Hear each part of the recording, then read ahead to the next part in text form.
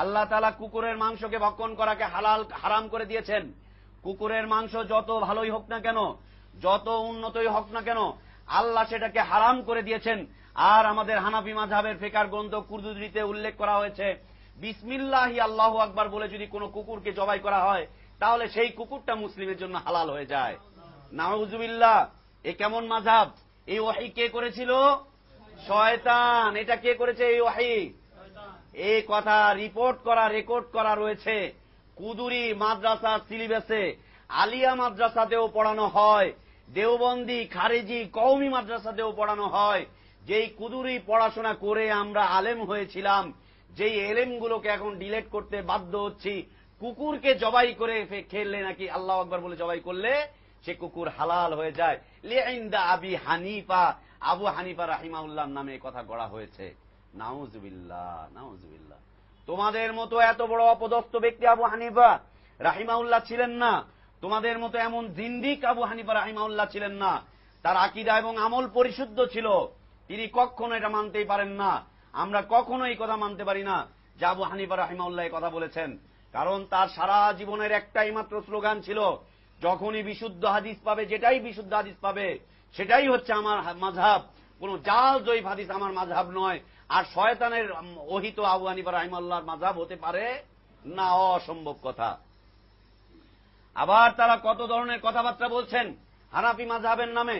যদি এক মিসকাল পরিমাণ পায়খানা থাকে কাপড়ে লেগে, এক মিসকাল হচ্ছে এই যে হাতের তালুর এই অংশটুকু, একটা কয়েন মুদ্রা, এই মুদ্রা পরিমাণ পায়খানা যদি শরীরে লেগে থাকে, তাহলে শরীর পাক, ওই অবস্থায় সালাত আদায় করা যাবে। নাউযুবিল্লাহ।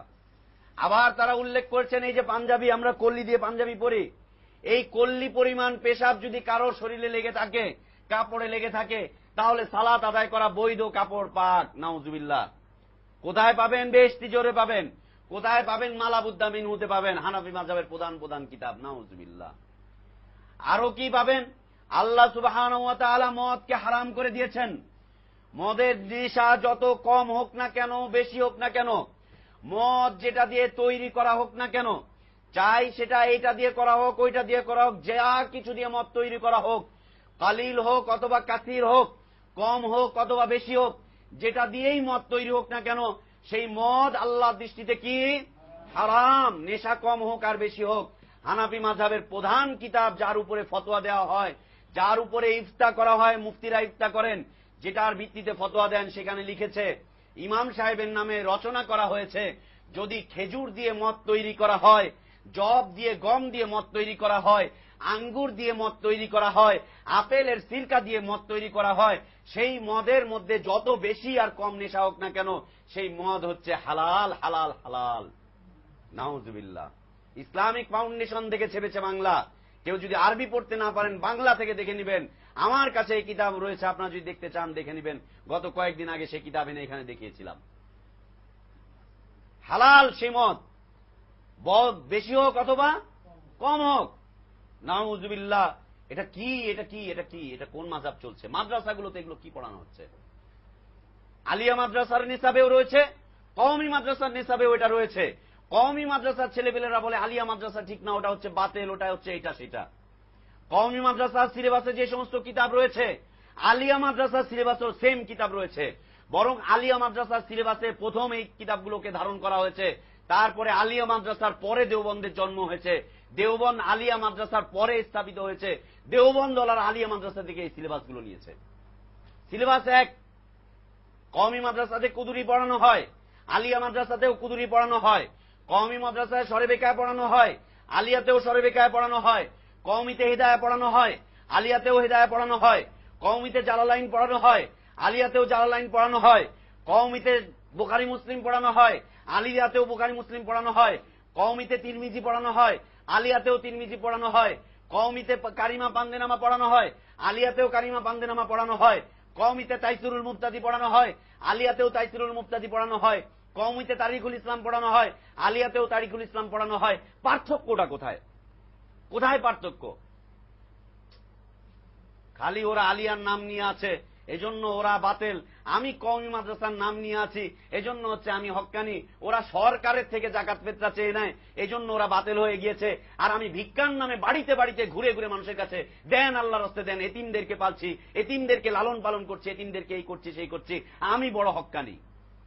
ও সরকারের থেকে ওর হক আদায় করে নেয়, আর আমি দেশের জনগণের কাছে রাস্তায় মাইক বসিয়ে বসিয়ে ভিখারির ধর্মে পরিণত করেছি কওমি মাদ্রাসার এই সিলেবাসকে, কওমি মাদ্রাসার এই আন্দোলনকে। আমারটা খুব ভালো, আর ও সরকারের কাছে ওর অধিকার চেয়ে নেয়, এই জন্য ওরটা খারাপ। ও সরকারের থেকে কেন চাইবে? ও আমার মতো ভিক্ষা কেন করে না? আমার মতো ভিক্ষাবৃত্তি কেন করে না? ও আমার মতো করে কেন কোরবানির চামড়া উসুল করে বিপথে পরিচালিত করে কেন এখান থেকে খায় না? তাবিলের কি সিস্টেম! জাকাতের টাকা, আজকে এখানে একজন ভাই আছে, তিনি একটা মাদ্রাসার সাথে জড়িত। তিনি গতকালকে বলছিলেন যে তার মাদ্রাসার জন্য জাকাত ফিতরা উসুল করা হয়। জাকাত ফিতরার হকদার হচ্ছে গরিব এতিম মিসকিনরা। একটা এতিমকে ধরে নিয়ে তার কাছে বলে যে নাও, তোমাকে এটার মালিক বানায় দিলাম, এখন তুমি এটা মাদ্রাসার নামে দান করে দাও। প্রথমে দিয়ে দেওয়া হচ্ছে, নাও এটার মালিক তুমি। এতিম মালিক হয়ে গেল, দিয়ে দেওয়া হয়েছে। এতিমের মাল এতিমের হাতে বুঝিয়ে দিলাম। বুঝিয়ে দেওয়ার পরে এখন এতিমকে বলা হচ্ছে তুই তাড়াতাড়ি করে মাদ্রাসায় দে। ওর থেকে জোর করে এখন নিয়ে নেওয়া হচ্ছে। মিরপুরে একটা মাদ্রাসা রয়েছে, আমি তখন হেদায়েতুন নাও পড়ি, মাদ্রাসার নামে আমি বললাম না। মাদ্রাসা রয়েছে, সেই মাদ্রাসায় কোরবানির সময় উসুল হলো, কালেকশন হলো প্রায় 14 লক্ষ টাকা। সেই সময় আমাদের জুনিয়র একটা ছেলে ছিল, নও মুসলিম, খুব গরিব ছেলে। সেই ছেলেটা মাদ্রাসায় ভর্তি হয়েছে। প্রিন্সিপাল করলো কি, তার কাছে গিয়ে এই হিলা বাহানা তুলে ধরলো, এই নাও, এগুলোর মালিক তো হচ্ছে এতিম মিসকিনরা, সবচাইতে বেশি হকদার হচ্ছে তুমি, নও মুসলিম, তোমাকে আমি এটাকে দান করে দিলাম। এক কাজ করো। দান যখন করা হচ্ছে তখন বলছে তুমি এটা মাদ্রাসায় হেবা করে দাও। ও করেছে কি, 14 লাখ টাকার এই গাড়িটাকে নিয়ে বলছে আমি আর দান করবো না। মালিক আমি, আমার ইচ্ছা, আমি দান করবো না। তোমার কি, তোমার বাপের কি এখন? তাই না? বিষয়টা এমন না। আমি যখন এই জমির মালিক, রেজিস্ট্রেশন করে দেওয়া হয়েছে, আমি চাইলে দান করতেও পারি, নাও করতে পারি। আমি দিব না, তোমার কি? শুরু হয়ে গেল দ্বন্দ্ব, মাদ্রাসার ভিতরে গ্যাঞ্জাম, থানা পুলিশ হলো, কমিটির লোকজন সব আসলো। ওই ছেলে ওই হুজুরদের চোখটাকে খুলে দিল, কিন্তু তারপরে তাদের চোখে থেকে পর্দা যায়নি। জোর করে তার থেকে, তার মালিকানা এটা, যেহেতু গরিব এতিম মিসকিনের হক তাকে দিয়ে দেওয়া হয়েছে, সে এটার মালিক হয়ে গিয়েছে, তার থেকে জোর করে 14 লক্ষ টাকা ছিনিয়ে নেওয়া হলো। কেন? আল্লাহর হালালকৃত বিষয়কে তোমরা হারাম করতে চাও, আবার বলো তোমরা হকপন্থী, আবার ইসলামের জন্য বিভিন্ন কার্যক্রম চালিয়ে যেতে চাও। কয়টা ভুল দেখতে চান? কয়টা কোরআন হাদিস বিপরীত মাসালা দেখতে চান? হেদায়েত খুলেন, পাতায় পাতায় দাগ দেওয়া রয়েছে, পাতায় পাতায় দাগ দেওয়া রয়েছে কোরআন এবং হাদিসের বিপরীত মাসালা, একদম মুখালেফ, উল্টো মাসালা। আমরা সেগুলো জ্বলন্ত সাক্ষী। আমরা সেগুলো পড়াশোনা করে এসেছি, দাওরা করে এসেছি সেগুলোর উপরে, পড়াশোনা করে এসেছি সেগুলোর উপরে, জ্বলন্ত সাক্ষী আমরা তার।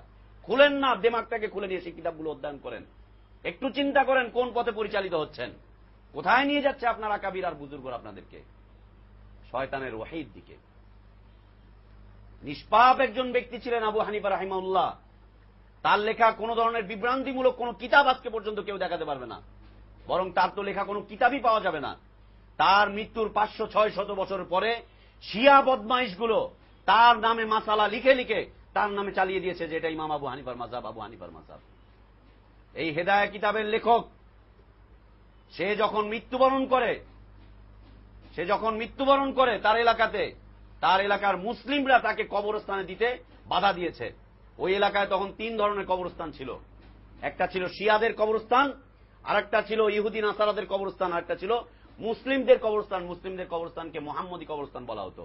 ইতিহাস রয়েছে, সত্য ইতিহাস, প্রমাণ রয়েছে এটা। তাকে মুসলিমদের কবরস্থানে আনা হলো।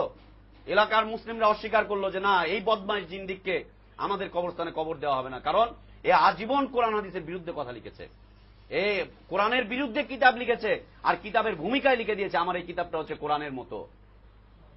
কোরআন আসার পরে যেমন অতীতে সব গ্রন্থ চলে গিয়েছে, আমার এই কিতাব আসার পরে অতীতে সব গ্রন্থ চলে গিয়েছে, নাউযুবিল্লাহ, এমনকি কোরআনও চলে যাবে। আস্তাগফিরুল্লাহ আল-আযীম। ওই জিন্দিককে ওখান থেকে বের করে দিল। শেষ পর্যন্ত তার স্থান হয়েছিল ওই শিয়াদের কবরস্থানে। শিয়ারা তার ভাইকে উঠিয়ে নিয়ে গিয়েছিল, আসো আসো দাদার বাড়ি চলো। লা ইলাহা ইল্লাল্লাহ, লা ইলাহা ইল্লাল্লাহ। তো আদি ইবনে হাতিম রাদিয়াল্লাহু আনহু, তাকে রাসূল সাল্লাল্লাহু আলাইহি ওয়াসাল্লাম বলছেন তোমরা কি এমন কাজটা করতে না? আল্লাহ যেটাকে হালাল করেছেন তোমরা হারাম বানিয়ে দিতে, আর আল্লাহ যেটাকে হারাম বানিয়েছেন তোমরা সেটাকে হালাল বানিয়ে দিতে। আজও আমাদের দেশে মসজিদগুলোতে কি অবস্থা, কি অবস্থা বিরাজ করছে। রাসূল সাল্লাল্লাহু আলাইহি ওয়াসাল্লাম বলেছেন, লা তামনাউ আমাতাল্লাহিল মাসাজিদা, আল্লাহর বান্দিরা যদি মসজিদে আসতে চায় তাদেরকে তোমরা বিরত রেখো না, তাদেরকে মসজিদ থেকে বের করে দিও না। আল্লাহর বান্দিরা যদি মসজিদে আসতে চায় তাদেরকে মসজিদে আসতে দাও। আর আমাদের মাযহাবের নাম নিয়ে বাংলার প্রত্যেকটা মসজিদ থেকে মুসলিম নারীদের জন্য যে স্থান রাখার কথা ছিল, একটা মসজিদেও সেই নারীদের স্থান নেই। মিরপুরে হানাফিদের মসজিদের মধ্যে হতে সর্বপ্রথম মসজিদ যেখানে মহিলাদের জন্য স্থান করা হয়েছিল সেটা হচ্ছে আমাদের 6 নম্বর কেন্দ্রীয় মসজিদ। আমরা এটার জন্য দাবি পেশ করলাম। দাবি পেশ করার পরে সারা ঢাকা শহরের হানাফি আলেম ওলামারা, জামিয়া রহমানিয়া, লালবাগ, এইখান থেকে সেখান থেকে বিভিন্ন ধরনের ফতোয়ার ঝড় উঠলো যে না, মহিলাদেরকে মসজিদে স্থান করা যাবে না, এই করা যাবে না, সেই করা যাবে না, স্থান করতেই দিবে না মহিলাদের। আমরা এলাকাবাসীরা আন্দোলন করলাম যে না, মহিলাদের স্থান হওয়া উচিত। মহিলারা বারবার কমিটির কাছে আবেদন করলো যে আমরা মসজিদে আসতে পারি না, আমরা দিন শিখতে পারি না, অথচ মক্কায় গেলে দেখি সেখানে মহিলাদের স্থান রয়েছে, মদিনায় গেলে সেখানে দেখি মহিলাদের স্থান রয়েছে, এখানে কেন থাকবে না। শেষ পর্যন্ত কমিটির যিনি সেক্রেটারি ছিলেন, আল্লাহ তাকে জাযায়ে খায়ের দেয়, ফজল ভাই, তিনি এককভাবে সবার প্রতিকূলতাকে মোকাবেলা করে তিনি এককভাবে মহিলাদের স্থান করে দিলেন, এককভাবে করে দিলেন। একার গোড়ামিতে সবার ফতোয়াকে ছেড়ে দিয়ে বলছেন যে না, আমি করব বলছি করব। আমি সৌদি আরবে দেখেছি, তিনি হজের ব্যবসা করে, বলছে আমি সৌদি আরবে দেখে এসেছি, আমি মক্কায় মদিনায় দেখে এসেছি, অতএব আমি করব, এখানে মুসলিম মা বোনরা আমার এলাকার লোকজন আসবে। তিনি করলেন। করার পরেও ফতোয়া একটার পর একটা চলছে তো চলছেই। এবং যে সমস্ত মহিলারা মসজিদে আসে তাদেরকে মসজিদে আসার জন্য নিরুৎসাহিত করা হচ্ছে। এর পর্যায়ে যেতে যেতে একটা পর্যায়ে বালা এমন আসলো, কমিটি চেঞ্জ হয়ে গেল। আজকে মহিলাদের সেই স্থান দখল করে নিয়েছে আমাদের তবলিগ জামাতের গাট্টিওয়ালা ভাইয়েরা। তাদের তাশকিলের কামরা সেখানে এখন তারা খায় দায় আর পিকনিক করে, খায় দায় আর ঘুমায়। মুসলিম মা বোনদেরকে মসজিদে আসা থেকে বিরত রাখছে। আল্লাহর রাসূল বলেছেন, আল্লাহ হালাল করেছেন, তোমরা নিষেধ করো না, আসতে দাও মা বোনদেরকে। আজকে যারা মসজিদে আসতে পারতেছে তারা কিছুটা হলেও দিনের দিকে অগ্রসর হতে পারছে, আর যারা মসজিদে আসতে পারতেছে না তারা সিনেমা হলে বসে আছে, ডিশের সামনে বসে আছে, অথবা মার্কেটে মার্কেটে ঘুরছে, অথবা পার্কে পার্কে গিয়ে জিনা ব্যভিচারে লিপ্ত হচ্ছে। এটা কি আল্লাহর হালাল করা বিষয়কে হারাম করা নয়? অবশ্যই হারাম করা। এটা কিসের দাবি? রুবুবিয়্যাতের দাবি। এতিমের মালকে ভক্ষণ করা হচ্ছে, এতিম লালন পালন করার নামে বিভিন্নভাবে আমানতের খেয়ানত করা হচ্ছে। তারপরে আল্লাহ সুবহানাহু ওয়া তাআলা ইরশাদ করছেন সূরা মাইদার 17 নম্বর আয়াতে, লাকাদ কাফারাল্লাযীনা ক্বালু ইন্নাল্লাহা হুয়াল মাসীহ ইবনে মারইয়াম। যারা কাফের সম্প্রদায়রা ঈসা আলাইহিস সালাতু ওয়াস সালামকে, ঈসাকে আল্লাহ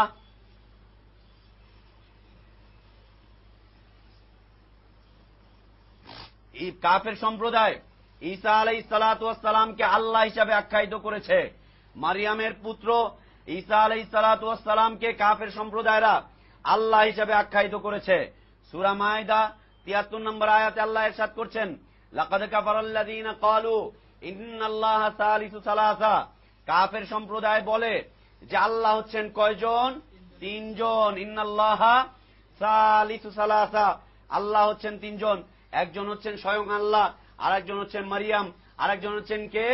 ঈসা আলাইহিস সালাতু ওয়াস সালাম। 3 সত্তা মিলিয়ে 1 সত্তা, আবার 3 সত্তা মিলিয়ে 3 সত্তা। দুঃখজনক সত্য আমাদের পীর মুরিদি তরিকার মধ্যে তাই চলে এসেছে, যিনি আল্লাহ তিনি রসুল, তিনি হচ্ছেন পীর, যিনি পীর তিনি রসুল, তিনি আল্লাহ। নাউযুবিল্লাহ সুম্মা নাউযুবিল্লাহ সুম্মা নাউযুবিল্লাহ। এই সমস্ত সম্প্রদায়ের ব্যাপারে ইহুদি, নাসারা, অগ্নিপূজক এবং যত প্রকারের কাফের সম্প্রদায় রয়েছে, যারা নিজেরা নিজেদের কুফরির উপরে স্বীকৃতি প্রদান করছে, এদের এই স্বীকৃতি প্রদানের উপরে আল্লাহ সুবহানাহু ওয়া তাআলা যে সমস্ত বিধানাবলীকে অবতীর্ণ করেছেন, এই সমস্ত কুফরি শক্তিগুলোর বিপরীতে কেউ যদি এই বিশ্বাস পোষণ করে যে তারা সঠিক রয়েছে, তাদেরটা সত্য, তাদের দ্বীন কল্যাণকর, তাদেরটাও সুবহানাকা আল্লাহুম্মা ওয়া বিহামদিকা আশহাদু আল্লা ইলাহা ইল্লা আনতা আস্তাগফিরুকা ওয়া আতুবু ইলাইক। আসসালামু আলাইকুম ওয়া রাহমাতুল্লাহি ওয়া বারাকাতুহু। আমাদের ধারাবাহিক আলোচনা চলতে থাকবে ইসলাম বিনষ্টকারী বিষয়। আগামী কালকেও এই বিষয়ের উপরে আলোচনা থাকবে। 4টা মাত্র শেষ হয়েছে, আর 6টা আলোচনা রয়েছে। আমরা চেষ্টা করব খুব তাড়াতাড়ি আলোচনাগুলোকে শেষ করতে ইনশাআল্লাহ।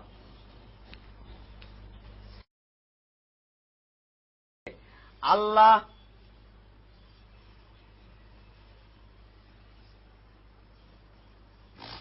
কাফের সম্প্রদায় ঈসা আলাইহিস সালাতু ওয়াস সালামকে আল্লাহ হিসাবে আখ্যায়িত করেছে। মারিয়ামের পুত্র ঈসা আলাইহিস সালাতু ওয়াস সালামকে কাফের সম্প্রদায়রা আল্লাহ হিসাবে আখ্যায়িত করেছে। সূরা মায়দা ৭৩ নম্বর আয়াতে আল্লাহ ইরশাদ করছেন, লাকাদ কাফারাল্লাযীনা ক্বালু ইন্নাল্লাহা সালিসু সালাসা। কাফের সম্প্রদায় বলে যে আল্লাহ হচ্ছেন কয়জন? তিনজন। ইন্নাল্লাহা সালিসু সালাসা, আল্লাহ হচ্ছেন তিনজন। একজন হচ্ছেন স্বয়ং আল্লাহ, আর একজন হচ্ছেন মারিয়াম, আর একজন হচ্ছেন কে? ঈসা আলাইহিস সালাতু ওয়াস সালাম। তিন সত্তা মিলিয়ে এক সত্তা, আবার তিন সত্তা মিলিয়ে তিন সত্তা। দুঃখজনক সত্য আমাদের পীর মুরিদি তরিকার মধ্যে তাই চলে এসেছে, যিনি আল্লাহ তিনি রসুল, তিনি হচ্ছেন পীর, যিনি পীর তিনি রসুল, তিনি আল্লাহ। নাউযুবিল্লাহ সুম্মা নাউযুবিল্লাহ সুম্মা নাউযুবিল্লাহ। এই সমস্ত সম্প্রদায়ের ব্যাপারে ইয়াহুদি, নাসারা, অগ্নিপূজক এবং যত প্রকারের কাফের সম্প্রদায় রয়েছে, যারা নিজেরা নিজেদের কুফরির উপরে স্বীকৃতি প্রদান করছে, এদের এই স্বীকৃতি প্রদানের উপরে আল্লাহ সুবহানাহু ওয়া তাআলা যে সমস্ত বিধানাবলীকে অবতীর্ণ করেছেন, এই সমস্ত কুফরি শক্তিগুলোর বিপরীতে কেউ যদি এই বিশ্বাস পোষণ করে যে তারা সঠিক রয়েছে, তাদেরটা সত্য, তাদের দিন কল্যাণকর, তাদেরটাও হতে পারে আমাদেরটাও হতে পারে, এবং তাদের এই দিনের ব্যাপারে যদি কোনো প্রকারের সন্দেহ সংশয় পোষণ করে, তাহলে এই মুসলিম কি হবে? তার ঈমানের অবস্থা কুফরিতে প্রত্যাবর্তন করবে, তার ঈমান নষ্ট হয়ে যাবে, তার ইসলাম নষ্ট হয়ে যাবে, তার ঈমান এবং ইসলাম নষ্ট হয়ে যাবে। এবং এই কুফরিতে প্রত্যাবর্তনের দ্বিতীয় যে বিষয়টা আমরা বলেছিলাম, দ্বিতীয় বিষয় হচ্ছে যেই সমস্ত ব্যাপারে কাফেরদের কুফরির যে সমস্ত ব্যাপারে অথবা কোরআন সুন্নাহর মধ্যে যেই সমস্ত ব্যাপারে কুফরির কথাগুলো এসেছে, যেই সমস্ত ব্যাপারে ইখতিলাফ রয়েছে, আলেম ওলামারা যে সমস্ত ব্যাপার বুঝতে পারছেন না, ইখতিলাফ করছেন, সেই সমস্ত ব্যাপারে কোন ধরনের সন্দেহ সংশয়ের মধ্যে পড়ে যাওয়া, এটাও কুফরির দিকে প্রত্যাবর্তন করা। যেমন সালাত পরিত্যাগকারীর বিধান, সালাত পরিত্যাগকারীর বিধান রাসূল সাল্লাল্লাহু আলাইহি ওয়াসাল্লাম ইরশাদ করেছেন, প্রায় 17টা দলিল রয়েছে হাদিস থেকে এবং কোরআন থেকে আরো অসংখ্য দলিল রয়েছে। যে ব্যক্তি ইচ্ছাকৃতভাবে সালাত পরিত্যাগ করবে সে কি? কাফের, কুফরিতে প্রত্যাবর্তন করবে। যে ব্যক্তি ইচ্ছাকৃতভাবে সালাত পরিত্যাগ করবে সে কুফরিতে প্রত্যাবর্তন করবে। যে ব্যক্তি সালাতকে অস্বীকার করবে সে কুফরিতে প্রত্যাবর্তন করবে। কিন্তু এর বিপরীতে কিছু সংখ্যক হাদিস, যে হাদিসগুলোর সাথে তারা এই হাদিসের সমন্বয় করতে পারছে না, অর্থের দিক দিয়ে তারা বিভ্রান্তির মধ্যে পড়ে যাচ্ছে, সমন্বয় তাতাবুক করতে না পারার কারণে তারা বলছে যে না, কালেমা গো মুসলমান, যেহেতু কালেমা পড়ছে, নামাজ না পড়লে তাতে কি আছে, সমস্যা কি? এরা তো সপ্তাহে একদিন সালাত আদায় করে, এরা তো মাসে একদিন করে, আর কিছু না করলেও ঈদে তো করেই, এটা যদি নাও করে অন্তত জানাজার সালাতে তো এসে উপস্থিত হয় এলাকার নেতা, সে তো মুসলমান, সে অমুসলিম হয় কি করে? তার কুফরি সাব্যস্ত হয় কি করে? নাউযুবিল্লাহ। এই ধরনের সন্দেহ পোষণ করাটাও কি কুফরি? আল্লাহ সুবহানাহু ওয়া তাআলা ইরশাদ করছেন, যালিকাল কিতাব লা রাইবা ফীহ, এ হচ্ছে এমন কিতাব যার মধ্যে কোনো সন্দেহ নেই। আল্লাহ সুবহানাহু ওয়া তাআলা ইরশাদ করছেন, ওয়া ইন কুনতুম ফী রাইবিম মিম্মা নাযালনা আলা আবদিনা ফাতু বিসূরাতিম মিন মিসলি, আমি আমার বান্দাদের উপরে যে কোরআনকে অবতীর্ণ করেছি, কিতাবকে অবতীর্ণ করেছি, এই বিষয়ে যদি তোমাদের কোনো সন্দেহ সংশয় থাকে, তাহলে তোমরা এর মতো করে একটা সূরাকে নিয়ে আসো। কোনো সন্দেহ পোষণ করাটা কাফেরদের কুফরির ক্ষেত্রে সন্দেহ পোষণ করাটাও কি কুফরি? কাফেরদের কুফরির ক্ষেত্রে সন্দেহ পোষণ করাটা কি কুফরি? ইসলাম বিনষ্টকারী একটা বিষয় কাফেরদের কুফরির ক্ষেত্রে সন্দেহ পোষণ করা এবং তাদের কুফরিকে মেনে নেওয়া বা তাদের কুফরির উপরে তাদেরকে সার্টিফিকেট দেওয়া যে এটাও ঠিক ওটাও ঠিক, এটাও চলতে পারে ওটাও চলতে পারে, তাদের ক্ষেত্রে সহমর্মিতা পোষণ করা দিনের ক্ষেত্রে, এটাও হচ্ছে কি কুফরি, কুফরির দিকে প্রত্যাবর্তন করা। আল্লাহ সুবহানাহু ওয়া তাআলা সূরাতুল কাফিরুন ইরশাদ করছেন, কুল ইয়া আইয়ুহাল কাফিরুন, নবী তুমি বলে দাও হে কাফের সম্প্রদায়, লা আ'বুদু মা তা'বুদুন, আমি তার ইবাদত করি না তোমরা যাদের ইবাদত করো, ওয়ালা আনতুম আ'বিদুনা মা আ'বুদ, আর তোমরা যাদের ইবাদত করো আমি তার ইবাদত করি না, ওয়ালা আনা আ'বিদুম মা আবাদতুম, এবং তোমরা যাদের ইবাদত করছিলে এবং করছো আমি তাদের কোন প্রকারের ইবাদত করি না। ওয়ালা আনতুম আবিদুনা মা আ'বুদ, আর তোমরা যাদের আবেদ, যাদের ইবাদত পূজা করছো, আমি তাদের ইবাদত করি না। লাকুম দীনুকুম ওয়ালিয়া দীন, তোমাদের দিন হচ্ছে তোমাদের জন্য, আর আমাদের দিন হচ্ছে আমাদের জন্য। ইসলাম আর কুফরি কখনো একসাথে বসবাস করতে পারে না। ইসলাম গ্রহণ করার পরে ইসলামের ক্ষেত্রে কোনো ধরনের সন্দেহ সংশয় চলে না। ইসলাম গ্রহণ করার পরে ইসলামের বিপরীত যে দিনগুলো রয়েছে, সেই দিনগুলোকে ইসলামের উপরে শ্রেষ্ঠত্ব দেওয়া চলে না, অসম্ভব কথা। আল্লাহ সুবহানাহু ওয়া তাআলা সূরা মুমতাহিনার 4 নম্বর আয়াতে ইরশাদ করছেন, قد كانت لكم أسوة حسنة في إبراهيم والذين معه إذ قالوا لقومهم إنا براء منكم ومما تعبدون من دون الله كفرنا بكم وبدا بيننا وبينكم العداوة والبغضاء أبدا حتى تؤمنوا بالله وحده إلا قول إبراهيم لأبيه لأستغفرن لك وما أملك لك من الله من شيء ربنا عليك توكلنا وإليك أنبنا وإليك المصير। ইব্রাহিম আলাইহিস সালাতু ওয়াস সালাম তিনি যখন তাওহীদের স্বীকৃতি দিচ্ছেন, তাওহীদের স্বীকৃতি দেওয়ার সাথে সাথে কাফের এবং মুশরিকদেরকে এবং তাদের শিরিককে বর্জন করছেন এবং তাদের সাথে সকল প্রকার সম্পর্ককে ছিন্ন করার ঘোষণা দিচ্ছেন। এটা হচ্ছে ঈমানের বিষয়, এটা হচ্ছে ঈমানের বিষয় যে কাফের এবং মুশরিকদের সাথে সম্পর্ককে ছিন্ন করতে হবে এবং তাদের সাথে সম্পর্ক ছিন্নের ঘোষণা করতে হবে, তবেই ঈমানের মধ্যে পূর্ণতা আসবে। ইব্রাহিম আলাইহিস সালাতু ওয়াস সালামের সেই ঘোষণাকে আল্লাহ সুবহানাহু ওয়া তাআলা কোরআনুল কারীমে বলছেন, قد كانت لكم أسوة حسنة في إبراهيم, তোমাদের জন্য ইব্রাহিমের জীবনীর মধ্যে তোমাদের জন্য আদর্শ রয়েছে, ইব্রাহিমের জীবনীতে তোমাদের জন্য আদর্শ রয়েছে, অনুসরণীয় বিষয় রয়েছে। এবং ইব্রাহিমের সাথে তার যে অনুচরগুলো ছিল, তার যে সাথী সঙ্গী সাহাবীরা ছিল, তাদের আদর্শের মধ্যেও তোমাদের জন্য আদর্শ রয়েছে, অনুসরণীয় বিষয় রয়েছে। সেই অনুসরণীয় বিষয়টা কি? ইয ক্বালু লিকওমিহিম, যখন তারা তার জাতিদেরকে বলেছিল, ইন্না বুরাউ মিনকুম, আমরা তোমাদের সাথে সম্পর্ককে ছিন্ন করছি, অমিম্মা তা'বুদুনা মিন দুনিল্লাহ, এবং আল্লাহকে ছেড়ে দিয়ে তোমরা যাদের ইবাদত করছো তাদের সাথেও আমরা সকল প্রকার সম্পর্ককে ছিন্ন ভিন্ন করছি। কাফারনা বিকুম, এবং তোমাদের সাথে আমরা কুফরি করছি, তোমরা যার ইবাদত করো সেই সমস্ত ইবাদতকে আমরা অস্বীকার করছি। অবাদা বাইনানা ওয়া বাইনাকুমুল আদাওয়াতু ওয়াল বাগদা, এবং আজকে থেকে তোমাদের সাথে আমাদের সাথে শুরু হয়ে গেল চিরন্তন দ্বন্দ্ব, শুরু হয়ে গেল চিরন্তন দ্বন্দ্ব, কুফরির সাথে আর ইসলামের সাথে, ঈমানের সাথে আর শিরকের সাথে, মুসলিমের সাথে আর অমুসলিমদের সাথে চিরন্তন দ্বন্দ্ব শুরু হয়ে গেল।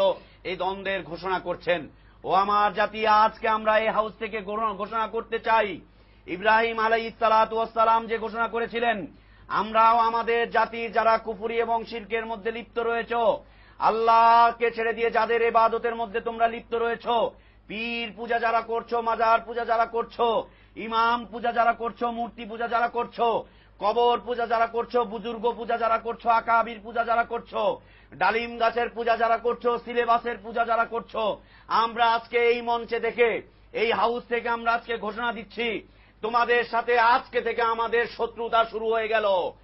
আজকে আমরা ঘোষণা করছি, তোমাদের সাথে আজকে থেকে আমাদের চিরন্তন দ্বন্দ্ব শুরু হয়ে গেল। আমরা আজকে হাউস থেকে ঘোষণা করছি, আল্লাহ তুমি আমাদের এই ঘোষণাকে কবুল করে নাও।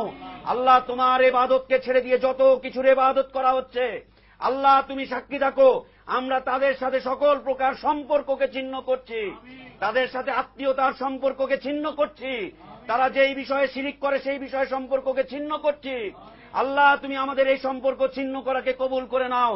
আল্লাহ আমরা আজকে থেকে তাদের সাথে শত্রুতা পোষণ করছি, যতদিন পর্যন্ত তারা তোমার ইবাদতের দিকে প্রত্যাবর্তন না করবে ততদিন পর্যন্ত আমরা তাদের সাথে লড়াই করে যাব।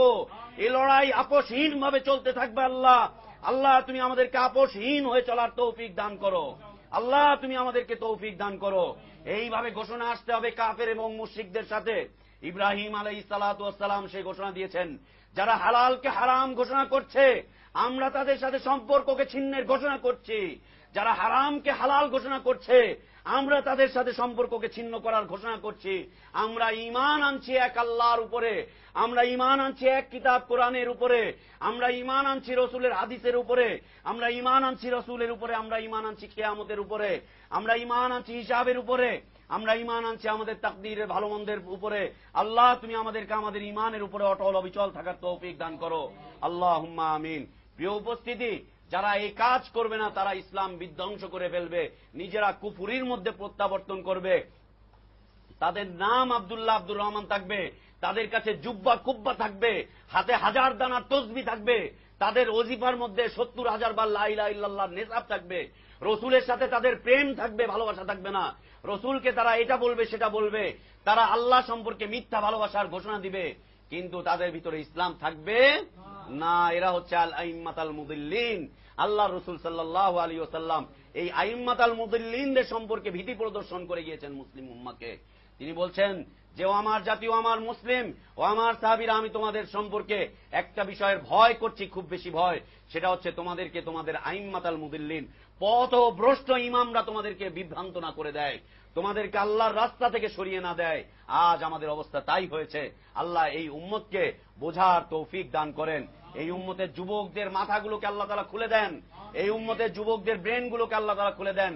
যারা আজকে ইসলামকে নিয়ে বিভ্রান্ত করছে, মুসলিমকে নিয়ে যারা বিভিন্ন ধরনের খেলাধুলা করছে, মুসলিমকে নিয়ে যারা বিভিন্ন ধরনের ছল ছাতুরি করছে, আল্লাহ তাদের কপালে যদি হেদায়েত থেকে থাকে, আল্লাহ তাদেরকে তুমি হেদায়েত দান করো। আর যদি হেদায়েত না থেকে থাকে, আল্লাহ তাদেরকে তোমার কাছে সোপর্দ করছি। আল্লাহ আল্লাহ তুমি তাদের থেকে বদলা নাও, তুমি উত্তম বদলাদাতা, উত্তম বদলা দানকারী। আল্লাহ তুমি তাদের থেকে বদলা নিয়ে নাও।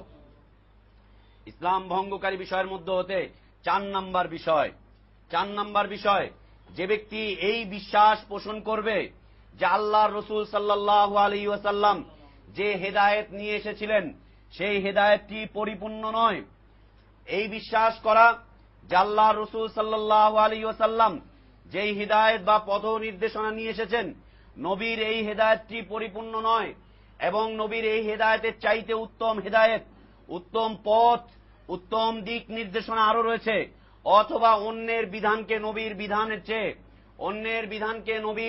চাইতে স্বয়ং সম্পূর্ণ মনে করছে, আর নবীর বিধানকে তারা অসম্পূর্ণ মনে করছে। নবীর বিধানকে অসম্পূর্ণ মনে করছে, নিজেদের বিধানকে স্বয়ং সম্পূর্ণ মনে করছে, নবীর আনিত হেদায়েতকে তারা অস্বীকার করছে, অথবা নবীর হেদায়েতের চাইতে উত্তম হেদায়েত, উত্তম পথ আরো কিছু আছে, এই বিষয়ে তারা বিশ্বাস পোষণ করছে। যারা এই বিশ্বাস পোষণ করবে তারা কুফরিতে প্রত্যাবর্তন করবে, যারা এই বিশ্বাস পোষণ করবে তারা আল্লাহর হেদায়েত থেকে দূরে চলে যাবে, যারা এই বিশ্বাস পোষণ করবে তার ইসলাম নষ্ট হয়ে যাবে, যারা এই বিশ্বাস পোষণ করবে তার ঈমান নষ্ট হয়ে যাবে, সেই ঈমানের দায়রা থেকে খারিজ হয়ে যাবে, বের হয়ে যাবে। বিষয়বস্তুটা কি?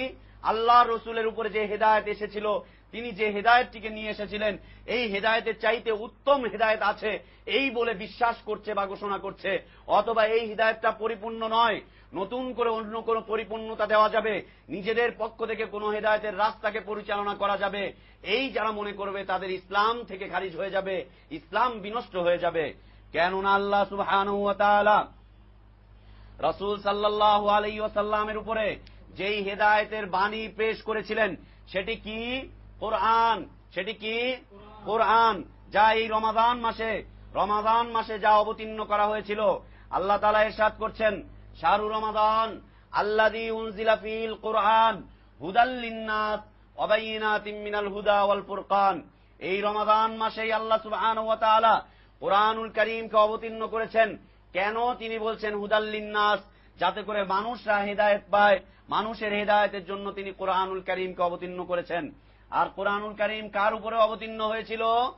কোন পীর সাহেবের উপরে, কোন খাজা বাবার উপরে, কোন আকাবিরিনের উপরে, কাসেম নানুতুবির উপরে, আশরাফ আলী থানবীর উপরে, ইমাম আবু হানিফার উপরে, কোন সাহাবীর উপরে, আবু বকর রাদিয়াল্লাহু আনহুর উপরে কারো উপরে অবতীর্ণ হয়নি।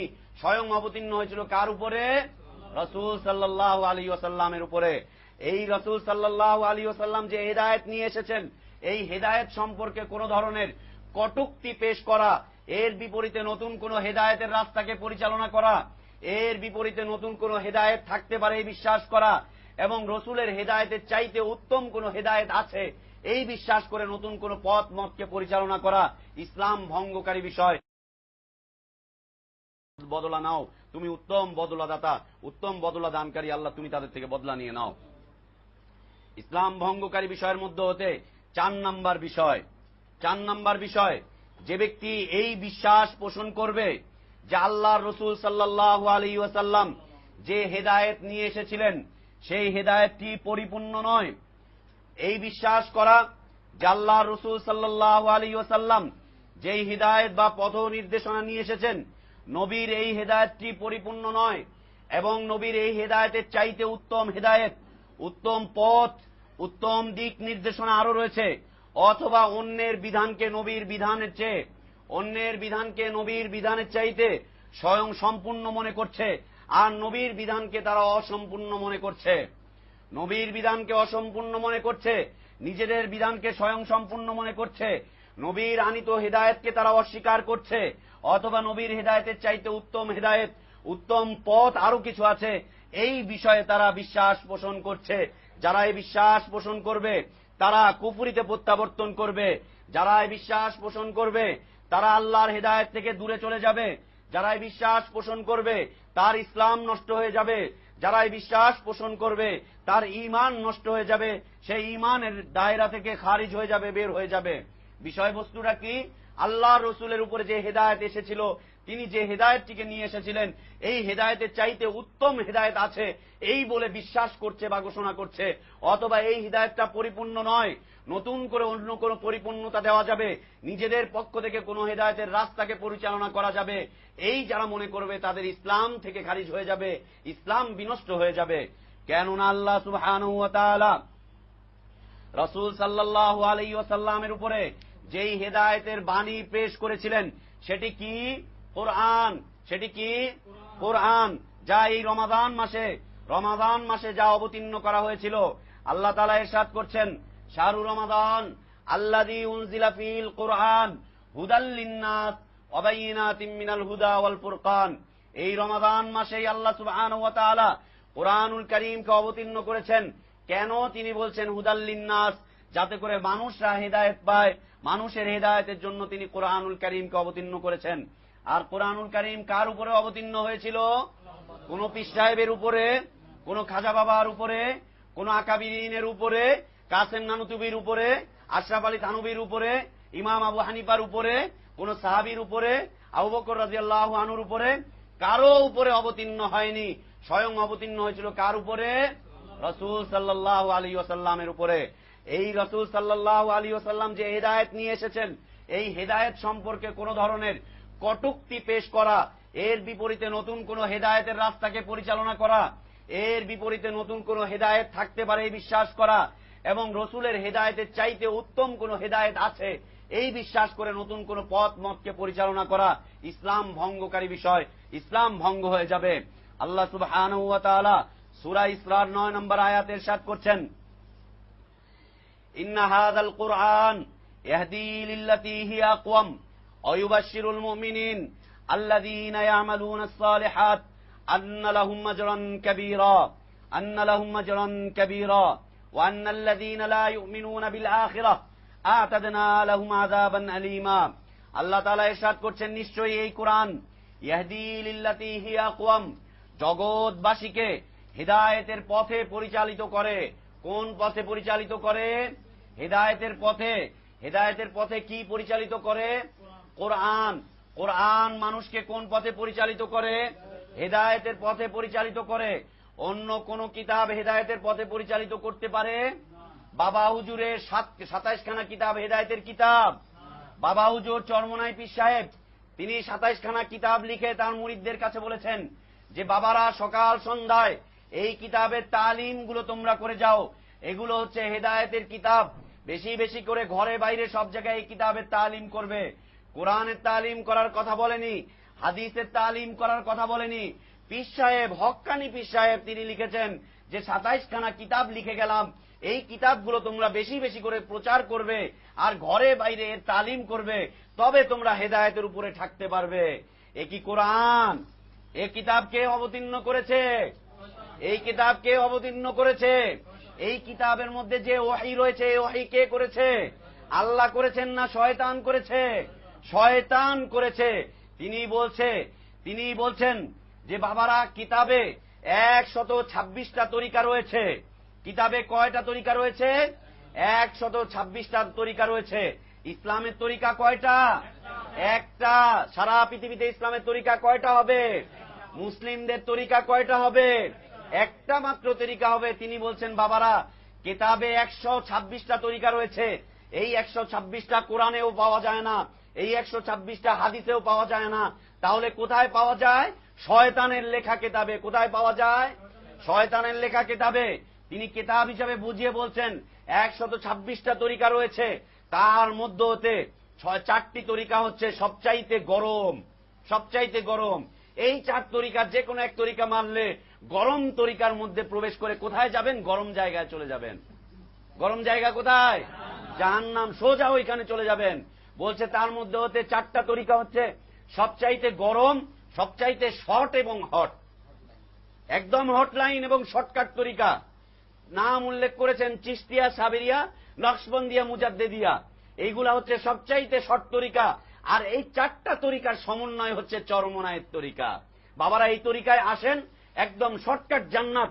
সোজা হাত ধরবেন, গরম তরিকার উপরে থাকবেন, আর গরম জায়গার মধ্যে প্রবেশ করবেন, যেই গরম জায়গা হচ্ছে দুনিয়ার আগুনের চাইতে 70 গুণ বেশি গরম। আল্লাহ হেফাজত করুন।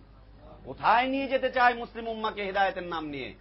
আবার হেদায়া কিতাব, এই কিতাবের শুরুতেই বলছে ইন্নাল হিদায়াতা কাল কোরআন। এটা হচ্ছে হেদায়ার কিতাব, হেদায়েতের কিতাব, কোরআনের মতো একটা কিতাব। তোমার মনে হয় সন্দেহ লাগছে, ওই যে কিতাব আছে দেখে নিও, ওখানে লেখা আছে। লিখছে এটা হচ্ছে কোরআনের মতোই হেদায়েতের কিতাব। এটা পড়লে হেদায়েতের উপরে চলতে পারবে, আর কোন কিতাব দরকার নেই। এটার যে অনুবাদ করেছেন আবু তাহের মেজবা সাহেব, তিনি অনুবাদের ক্ষেত্রে বলেছেন যে এর গ্রহণযোগ্যতা এত বেড়েছে। আনোয়ার শাহ কাশ্মীরকে জিজ্ঞেস করা হয়েছিল, তিনি বলছেন, তাকে জিজ্ঞেস করা হয়েছিল আপনি কি হেদায়ের মতো একটা কিতাব লিখতে পারবেন? বলছে অসম্ভব কথা, আমি কেন, পৃথিবীবাসী মিলেও লিখতে পারবে না। কোরআন সম্পর্কে যে চ্যালেঞ্জ আল্লাহ দিয়েছেন, তিনি হেদায়েত সম্পর্কে সেই চ্যালেঞ্জ ছুড়ে দিয়েছেন আনোয়ার শাহ কাশ্মীরি। হায় আকাবিরিন, কাদের পিছনে জীবন পার করেছিলাম, কাদের পিছনে জীবন পান করেছিলাম। আরে আকাবির, আকাবির, আকাবিরের নামের উপরে থুতু মুতু সব বের হয়ে যায়, সব বের হয়ে যায় আকাবির আকাবির করতে করতে, বুজুর্গ বুজুর্গ করতে করতে। বলছে এটা তো লেখা সম্ভবই নয়। তারপরে তাকে জিজ্ঞেস করা হয়েছে আপনি কি হাদিসের কিতাবগুলোর মতো করে কোন কিতাব লিখতে পারেন? বলে এটা তো কোনো বিষয়ই না, এটা সকাল সন্ধ্যার বিষয়, সকাল সন্ধ্যার বিষয় হাদিসের মতো কিতাব লেখা। কিন্তু হেদায়ের মতো এত বড় একটা বাজে কিতাব লেখা, আসলেও তিনি সত্য কথাই বলছেন, আসলেও তিনি সত্য কথা বলছেন, ভালো কথাই বলেছেন যে হেদায়ের মতো এত বড় একটা বাতিল কিতাব লেখা তার পক্ষে সম্ভব না। এই আনোয়ার শাহ কাশ্মীরি সম্পর্কে তার নাতি বলেছিলেন শফিকুর রহমান কাশ্মীরি, এখনো সে বেঁচে আছে, শাহ শফিকুর রহমান কাশ্মীরি। তিনি তার একটা লেকচারের মধ্যে বলছেন, সেই লেকচারটা আমার কাছে আছে, যে তার দাদা আনোয়ার শাহ কাশ্মীরি যখন মারা যাচ্ছেন, মৃত্যুসজ্জায় শায়িত অবস্থায় তিনি বুখারীর কপি আনতে বললেন। তার ছেলেকে বললেন যাও বুখারীর কপি নিয়ে আসো। সবাই বসে আছে গোল হয়ে। বুখারীর কপি আনার পরে তিনি বুখারীর এই পৃষ্ঠাগুলোকে এইভাবে ধরে ধরে ছুঁচ্ছেন আর কাঁদছেন, রসুলের হাদিসগুলোকে এইভাবে ছুঁয়ে ছুঁয়ে ধরে ধরে কাঁদছেন, কাঁদছেন, আর শেষ পর্যন্ত এইভাবে বুকের মধ্যে জড়িয়ে ধরে বলছেন আফসোস, সারা জীবন যদি মাযহাব আর তরিকার খেদমত না করে আল্লাহর রসুলের একটা হাদিসের খেদমত করে যেতাম, আমার জীবনটা সফল হয়ে যেত। হায় আফসোস, কোন পথে পরিচালিত হয়েছিলাম মৃত্যুর আগে। তার মানে বোঝা যাচ্ছে তিনি তওবা করছিলেন, মাযহাব থেকে তওবা, তরিকা থেকেও তওবা করে গিয়েছেন। নাচো না তাকে নিয়ে, নাচো দেওবন্দিরা, নাচো তাকে নিয়ে, তিনি তওবা করে গিয়েছেন। অন দা রেকর্ড করা আছে। আফসোস করে বলেছিলেন যে রসুলের হাদিসের যদি খেদমত করতাম মাযহাব না করে, তাহলে আমার জীবনটা সুন্দর হয়ে যেত। আল্লাহ তাকে প্রচুর তুখোড় জ্ঞানের অধিকারী করেছিলেন। এমন জ্ঞান ছিল তার, একবার একটা বিষয় শুনতেন, একবার একটা ছেলেকে দেখতেন, 15-20 বছর পরে সেই ছেলের বাপ দাদার নাম সহ তাকে বলতে পারতেন। একবার একটা বিষয় শুনতেন, 10-15-20 বছর পরে সেটা বলে দিতে পারতেন। এত তুখোড় ব্রেন আল্লাহ তাকে দিয়েছিলেন। কিন্তু পরিচালিত হয়েছিল কোন পথে? আল্লাহু আকবার।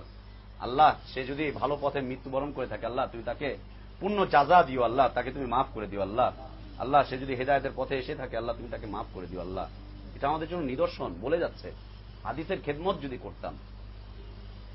আমাদের মাদ্রাসাগুলোতে, কওমি মাদ্রাসাগুলোতে হাদিসের কোনো খেদমত হয় না।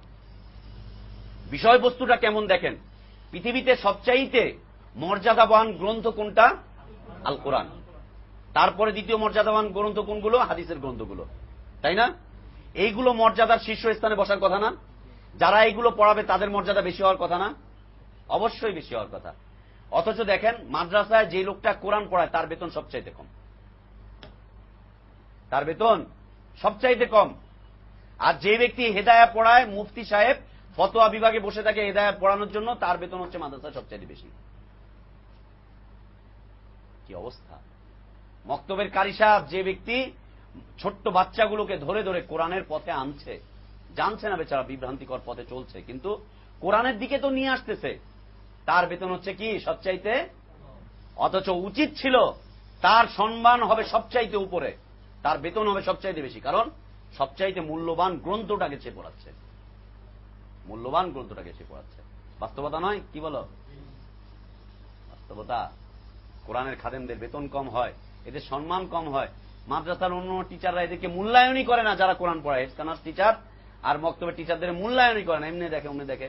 ছাত্ররা তো তাদের মনেই করে না, কারণ তারা এখন ফেকা পড়ে, ফেকা পড়ে। কোরআনকে মানার কোরআনের যারা পড়ায় তাদেরকে মূল্যায়ন করার সময় আছে নাকি? ফেকা পড়ছে তারা। এরপরে দেখো মাদ্রাসার ধাপ থেকে শুরু করো। এখানে অসংখ্য কমি মাদ্রাসার ছাত্ররা আছো, তোমরা জানো, আমিও জানি, তোমরাও পড়ে এসেছো। কোরআন শুরু হলো মক্তবা হেফখানায়, ব্যাস কোরআনের কাজ শেষ, আর দরকার নাই। এরপরে কি করবা? বুজুর্গের কিতাব পড়ো, কারিমা পড়ো, পান্দেনাবা পড়ো, গুলিস্তা পড়ো, বোস্তা পড়ো, অসংখ্য শিরকি কিতাব পড়ে তুমি তোমার দিমাগটাকে ভরো। অসংখ্য শিরকি কিতাব। যারা বলছে মান্না গুঞ্জমদার জমিন আসমান লেকিন গুঞ্জমদার কুলুবে মুমিনাত, আল্লাহ আসমান জমিন সৃষ্টি করার পরে কোথাও আল্লাহ স্থান পেলেন না, অসহায়ের মতো আল্লাহ তাআলা ভিখারির মতো ঘুরতে ঘুরতে শেষ পর্যন্ত মুমিনের কলবের কাছে এসে বললো যে আমাকে একটু জায়গা দিবি? ও বলছে আসো আসো বসো, আল্লাহ ঢুকে বসে বলছে। তারপরে আরো কি পড়াচ্ছে? আশেকে মাশুকে রঞ্জিস কিরামান কাতিবিনরা হাম খবর নিস। আশেক মাশুকের প্রেমিক প্রেমিকার এমন কিছু কার্যকলাপ ঘটে যা কিরামান কাতিবিন, দুইজন যে সম্মানিত লেখক রয়েছেন, এরাও পর্যন্ত জানে না এদের কার্যকলাপ। এরা যে জিনা ব্যভিচারে লিপ্ত হয়, কিরামান কাতিবুনও জানে না, সম্মানিত ফেরেশতারাও জানে না। কত শিরকি ঘটনা বর্ণিত হয়েছে এই কারিমা, বোস্তা, পান্দেনামা, জুবদা, মালাবুদ্দা মিনু, এগুলার মধ্যে যে কত কত কত শিরকি কবিতা। এটার জন্য 2টা বছর ব্যয় করা হচ্ছে যে ফার্সি শিখো, ফার্সি শিখতে হবে। ফার্সি না শিখলে তো শিরিক শেখা যাবে না। আর আমরা জানি পারস্যের ফার্সি ভাষা কোন দেশের? ইরানের। ইরানে সব মুসলিম, তাই না? 100% সব মুসলিম না ইরানে? আর আরবি ভাষা হচ্ছে মক্কা মদিনার, ওইখানে একটাও মুসলিম নাই, রসুল আসে নাই, কোরআন ওইখানে নাজিল হয় নাই, তাই না? দরকার ছিল কোরআন শিখেছে, সাথে সাথে কোরআনের ভাষা শিখ, কোরআনের ভাষা শিখে কোরআনকে বুঝো। এইটা না শিখিয়ে পারস্যের পৌত্তলিকদের ভাষাকে শেখানো হচ্ছে বাধ্য করে। কয় মাদ্রাসার ছাত্রদেরকে বাধ্যতামূলক শিখতেই হবে, পিটিয়ে চামড়া উঠিয়ে ফেলছে। যদি ওই বুজুর্গদের ওই শিরকি কবিতা না পড়ে পিটিয়ে চামড়া উঠিয়ে ফেলা। তারপরে শুরু হলো আস্তে আস্তে বেহেশতি জেও, তারপরে মালাবুদ্দা মিনহু, তারপরে হচ্ছে কুদুরি, তারপরে হচ্ছে উসুলুস শাসি, এরপরে নুল্লানার, এরপরে হচ্ছে সরে বেকায়া, এরপরে হচ্ছে আরো কিতাব। এইভাবে করতে করতে 8টা-9টা বছর পার হয়ে যায়।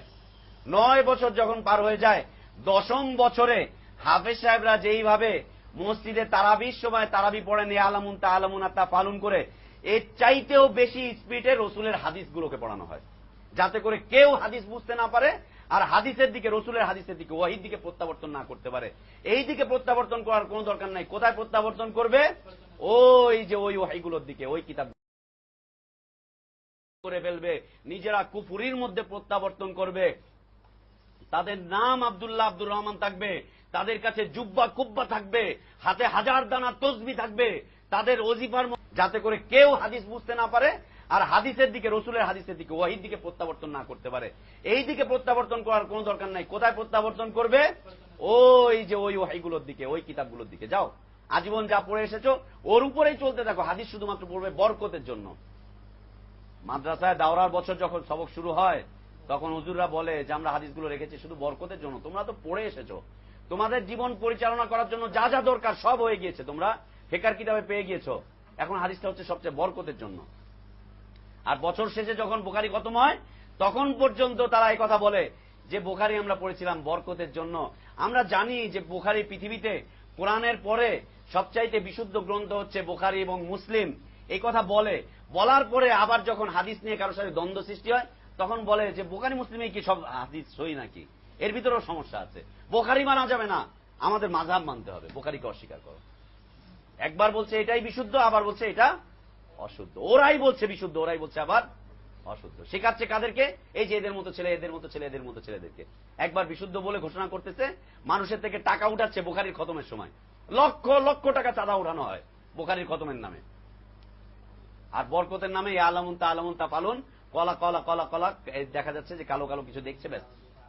ছাত্ররা গিয়ে দেখবেন দাওরা হাদিসের বছরে বড় বড় যে মাদ্রাসাগুলো রয়েছে, দ্বিতীয় শ্রেণী, দ্বিতীয় সিরিয়াল দিয়ে তো বসে, প্রথম লাইনের ছেলেরা একটু জেগে থাকে, দ্বিতীয় লাইনে সব ছাত্ররা বসে বসে ঝিমছে, কারণ হাদিস বোঝেও না ওরা।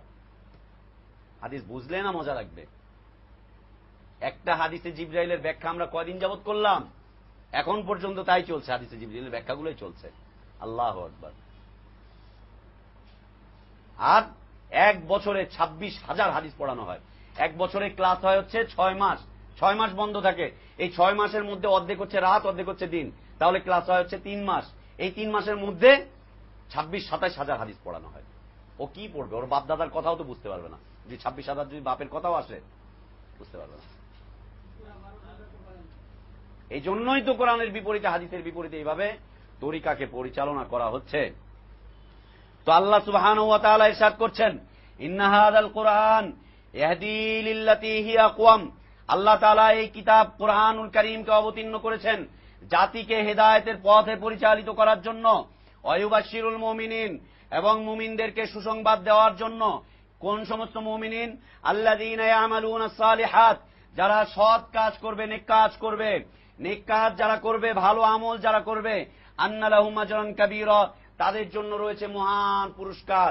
ভালো কাজ কোনগুলো? পীরের তরিকা মানা, পীরের ওজিফা মানা ভালো কাজ, 70,000 বার নেশাব পূরণ করা ভালো কাজ, দুরুদে নারিয়া পড়া ভালো কাজ, দুরুদে মাহি পড়া ভালো কাজ, দুরুদে তুনজিনা পড়া ভালো কাজ, আল্লাহ এবং তার রাসূলের বিপরীত মুখে আমল করা ভালো কাজ, তাই না?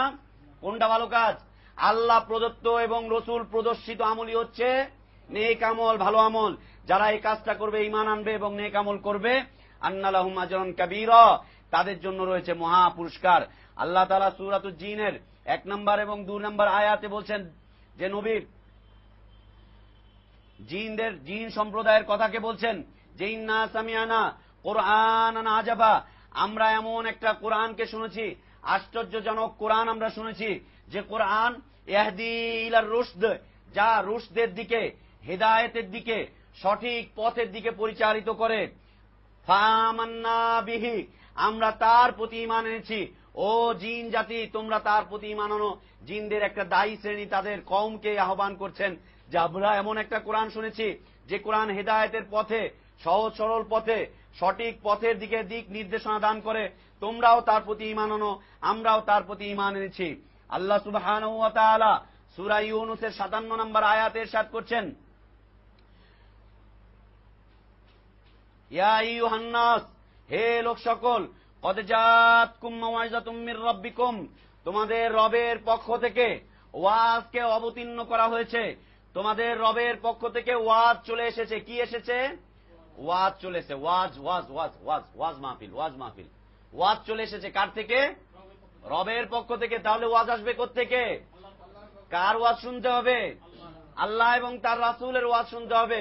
হুজুরের ওয়াজ শুনলে চলবে না, ভৈরবীর ওয়াজ দিয়ে চলবে না, অলিপুরীর ওয়াজ দিয়ে চলবে না, খানকার ওয়াজ দিয়ে চলবে না, আকাবিরিনরা ঢিলান কুলুপ নিয়ে এইভাবে নাড়াচাড়া করতেন, ওই ওয়াজ দিয়ে চলবে না, ওই সমস্ত বিভিন্ন ধরনের কারগুজারির ওয়াজ চলবে না। কারণ ওয়াজ কে করেন? স্বয়ং রব ওয়াজ করছেন, বলছেন ইয়া আইয়ুহান নাস, হে লোক সকল, কদ জাতকুম মাওয়াইযাতুম মির রাব্বিকুম, তোমাদের রবের পক্ষ থেকে ওয়াজ চলে এসেছে, ওয়াজ গ্রহণ করো। ওয়াজ চলে এসেছে তোমাদের রবের পক্ষ থেকে। রবের পক্ষ থেকে যদি ওয়াজ চলে এসে থাকে, আর কারো ওয়াজ চলতে পারে? কোন তরিকার, খানকার, মাজারের, এইটার ওইটার সেইটার, বড় হুজুরের বড় জুব্বার বড় কুব্বার, দেওবন্দের আর ওই যে থানা ভবনের আর ওই যে দিল্লির নিজামুদ্দিনের, কোনটা চলতে পারে? কারো ওয়াজ চলতে পারে? ওয়াজ চলবে কার? একমাত্র আল্লাহ সুবহানাহু ওয়া তাআলার। রবের পক্ষ থেকে ওয়াজ চলে এসেছে।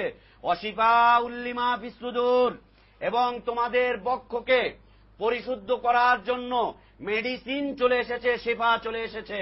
এই বক্ষের ভিতরে যত প্রকার শিরককে ধারণ করে আছো, এই শিরকের বিপরীতমুখী ওষুধ চলে এসেছে, অ্যান্টিবায়োটিক চলে এসেছে, এবং এর মধ্যে যত প্রকারের বেদাতকে ধারণ করে আছো, যত প্রকারের কুসংস্কারকে ধারণ করে আছো, এই সব কিছুকে বর্জন করার জন্য ওষুধ চলে এসেছে, চিকিৎসা চলে এসেছে। অশিফা উল্লিমা ফিস সুদূর। এজন্য কোরআনের আরেকটা নাম হচ্ছে শিফা। কোরআন যেখানে প্রবেশ করে সম্পূর্ণরূপে একদম পরিশুদ্ধ করে সে আত্মাটাকে একদম সুস্থ বানিয়ে দেয়। এজন্য কোরআনের আরেক নাম হচ্ছে শিফা। আল্লাহ বলছেন অশিফা উল্লিমা ফিস সুদূর ওয়াহুদা ওয়া রাহমাতাল লিল মুমিনিন। এবং এটা হচ্ছে হেদায়েত, এটা হচ্ছে রহমত। কাদের জন্য? মুমিনদের জন্য। এটা হচ্ছে আল্লাহর পক্ষ থেকে দেওয়া হেদায়েত, এটা হচ্ছে আল্লাহর পক্ষ থেকে দেওয়া দয়া, করুণা, রহমত। এটা হচ্ছে আল্লাহর পক্ষ থেকে দেওয়া। এমনি ভাবে আল্লাহ সুবহানাহু ওয়া তাআলা আরো ইরশাদ করছেন, আলাম তারা ইলাল্লাযীনা ইয়াজউমুনা আন্নাহুম আমানু বিমা উনজিলা ইলাইকা ওয়া মা উনজিলা মিন ক্বাবলিকা ইউরিদুনা আন ইয়াতাহাকামু ইলাত তাগুত ওয়া ক্বাদ উমিরু আন ইয়াকফুরু বিহি ওয়া ইউরিদু আশ-শাইতানু আন ইউদিল্লাহুম দালালাম বাঈদা। সূরা মাইদা আয়াত নাম্বার 60-61। আল্লাহ তাআলা ইরশাদ করছেন, তিনি বলছেন, আলাম তারা ইলাল্লাযীনা ইয়াজউমুন, তুমি কি তাদেরকে দেখো না যারা এই ধারণা পোষণ করে, আন্নাহুম আমানু বিমা উনজিলা ইলাইকা ওয়া মা উনজিলা মিন ক্বাবলিকা, যারা এই ধারণা পোষণ করে যে তারা তোমার প্রতি যা অবতীর্ণ করা হয়েছে এবং তোমার পূর্ববর্তীদের উপরে যা অবতীর্ণ করা হয়েছে তার উপরে তারা ঈমান এনেছে, অথচ তারা এই ইচ্ছা পোষণ করে, ইউরিদুনা আন ইয়াতাহাকামু ইলাত তাগুত, তারা এই ইচ্ছা পোষণ করে যে তারা তাদের বিচার ফয়সালাকে গ্রহণ করবে তাগুতের থেকে। আল্লাহ ছাড়া যারা অন্য থেকে বিধান এবং ফয়সালা দেয়, আল্লাহ বিরোধী আইন যারা করে তাদেরকে তাগুত বলা হয়, শয়তানকে তাগুত বলা হয়। আল্লাহ ছাড়া যাদের ইবাদতের আহ্বান করা হয় তাদেরকে তাগুত বলা হয়, যারা বিধান রচনা করে তাদেরকে তাগুত বলা হয়, যারা জাদু করে তাদেরকে তাগুত বলা হয়, ইবলিসকে তাগুত বলা হয়। তো আল্লাহ তাআলা বলছেন যে তারা এই ধারণা পোষণ করে যে তারা তোমার প্রতি যা অবতীর্ণ হয়েছে এবং তোমার পূর্ববর্তীদের প্রতি যা অবতীর্ণ করা হয়েছে তার উপরে তারা ঈমান এনেছে, অথচ তারা তাগুতের থেকে বিচার ফয়সালা নেওয়ার আশা পোষণ করে। ওয়াকাদ উমিরু আন ইয়াকফুরু বিহি, অথচ তাদেরকে এই আদেশ করা হয়েছিল তারা যেন সকল প্রকার তাগুতকে বর্জন করে, সকল প্রকার তাগুতকে যেন তারা বর্জন করে, তাদের সাথে অস্বীকার করে, তাদের সাথে সম্পর্ককে ছিন্ন করে। ওয়া ইউরিদুশ শাইতান আন ইউদিল্লাহুম দালালাম বাঈদা। আল্লাহ বলছেন যে শয়তান চায় তাদেরকে স্পষ্ট এবং দূরবর্তী গুমরাহির মধ্যে ফেলে দিতে, সুদূর গুমরাহির মধ্যে নিমজ্জিত করতে শয়তান চায়।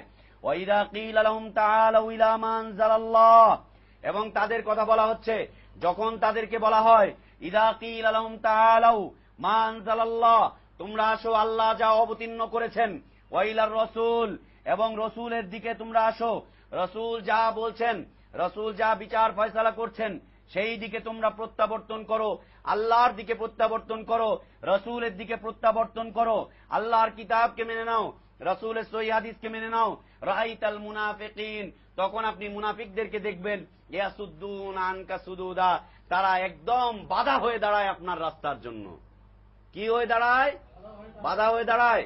অথচ মুনাফিকরা কি বলতো? আমরা আল্লাহর প্রতি ঈমান এনেছি, আমরা রসুলের প্রতি ঈমান এনেছি, আমরা আখিরাত দিবসের প্রতি ঈমান এনেছি, আমরা এই কোরআনের প্রতি ঈমান এনেছি, আমরা তাকদীরের ভালো মন্দের প্রতি ঈমান এনেছি, কিন্তু একটা কথাকে তারা স্বীকৃতি দিত না যে রসুলের প্রতি যা অবতীর্ণ হয়েছে সেই দিকে ফিরে আসো, এখান থেকে বিচার ফয়সালা গ্রহণ করো, এখান থেকেই তোমরা তোমাদের হেদায়েতের পথে পরিচালিত হও।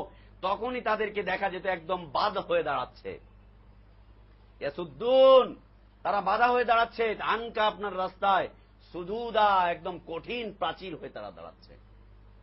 প্রেক্ষাপট কি?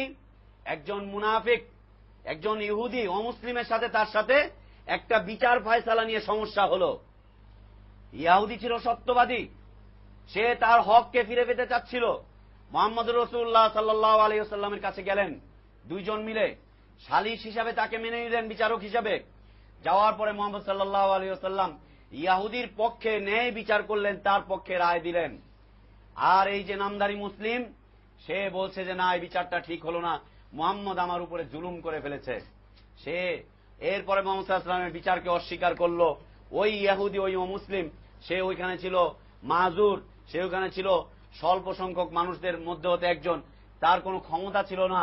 সে বলছে যে না বিচার ঠিক হয়েছে, আর এই নামদারি মুসলিম বলছে যে না বিচার ভুল হয়েছে, বিচার ঠিক হয়নি, আমার উপরে ইনসাফ করা হয়নি।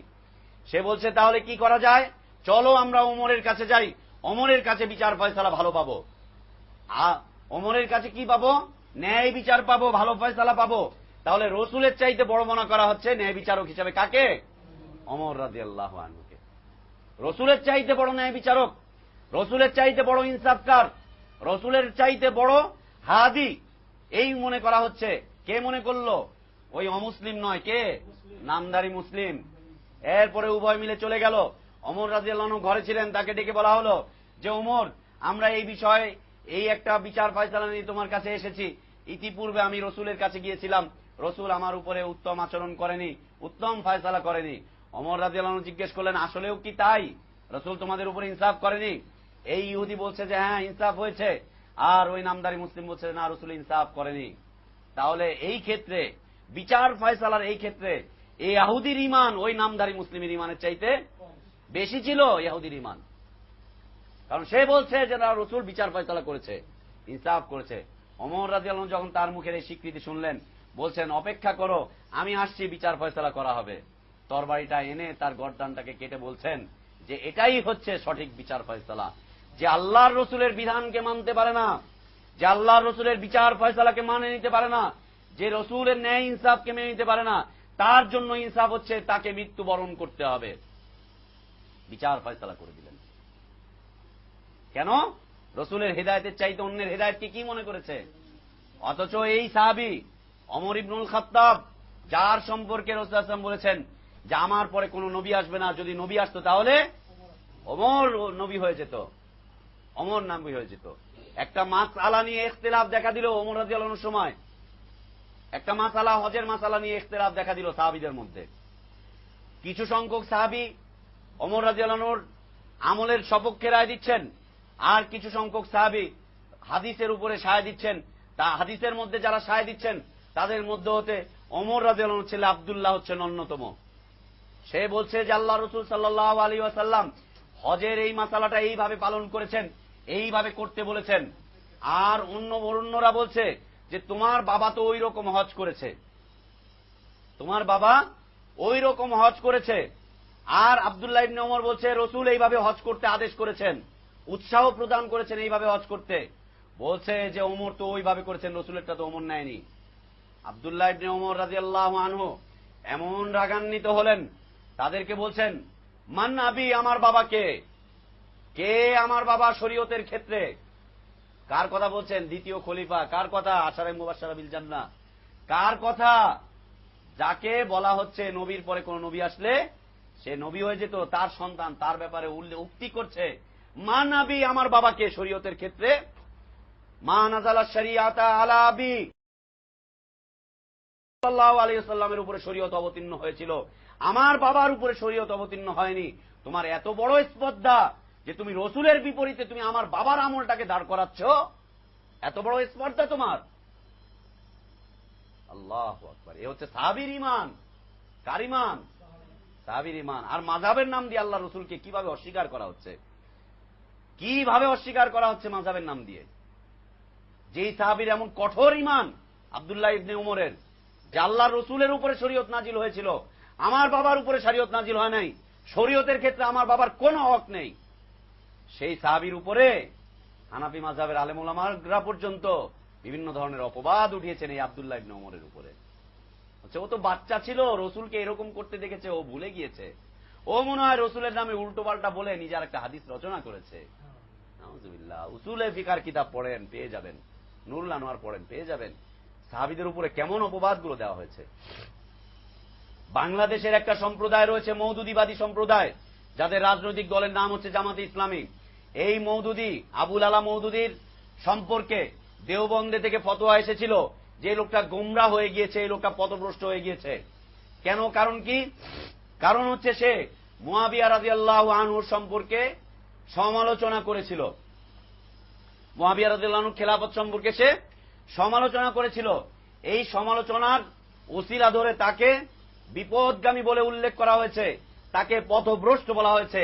আমরাও বলছি সে লোক পথভ্রষ্ট ছিল, কারণ মুআবিয়া রাদিয়াল্লাহু আনহুর মতো এমন একজন বিচক্ষণ সাহাবী যিনি কাতেবে ওহী ছিলেন, কোরআন যিনি লিখতেন, তার সামনে অবতীর্ণ হলে কোরআন লিখতেন, তার বিপক্ষে তিনি মতামত পেশ করেছেন এবং তার ব্যাপারে তিনি সমালোচনা পেশ করেছেন।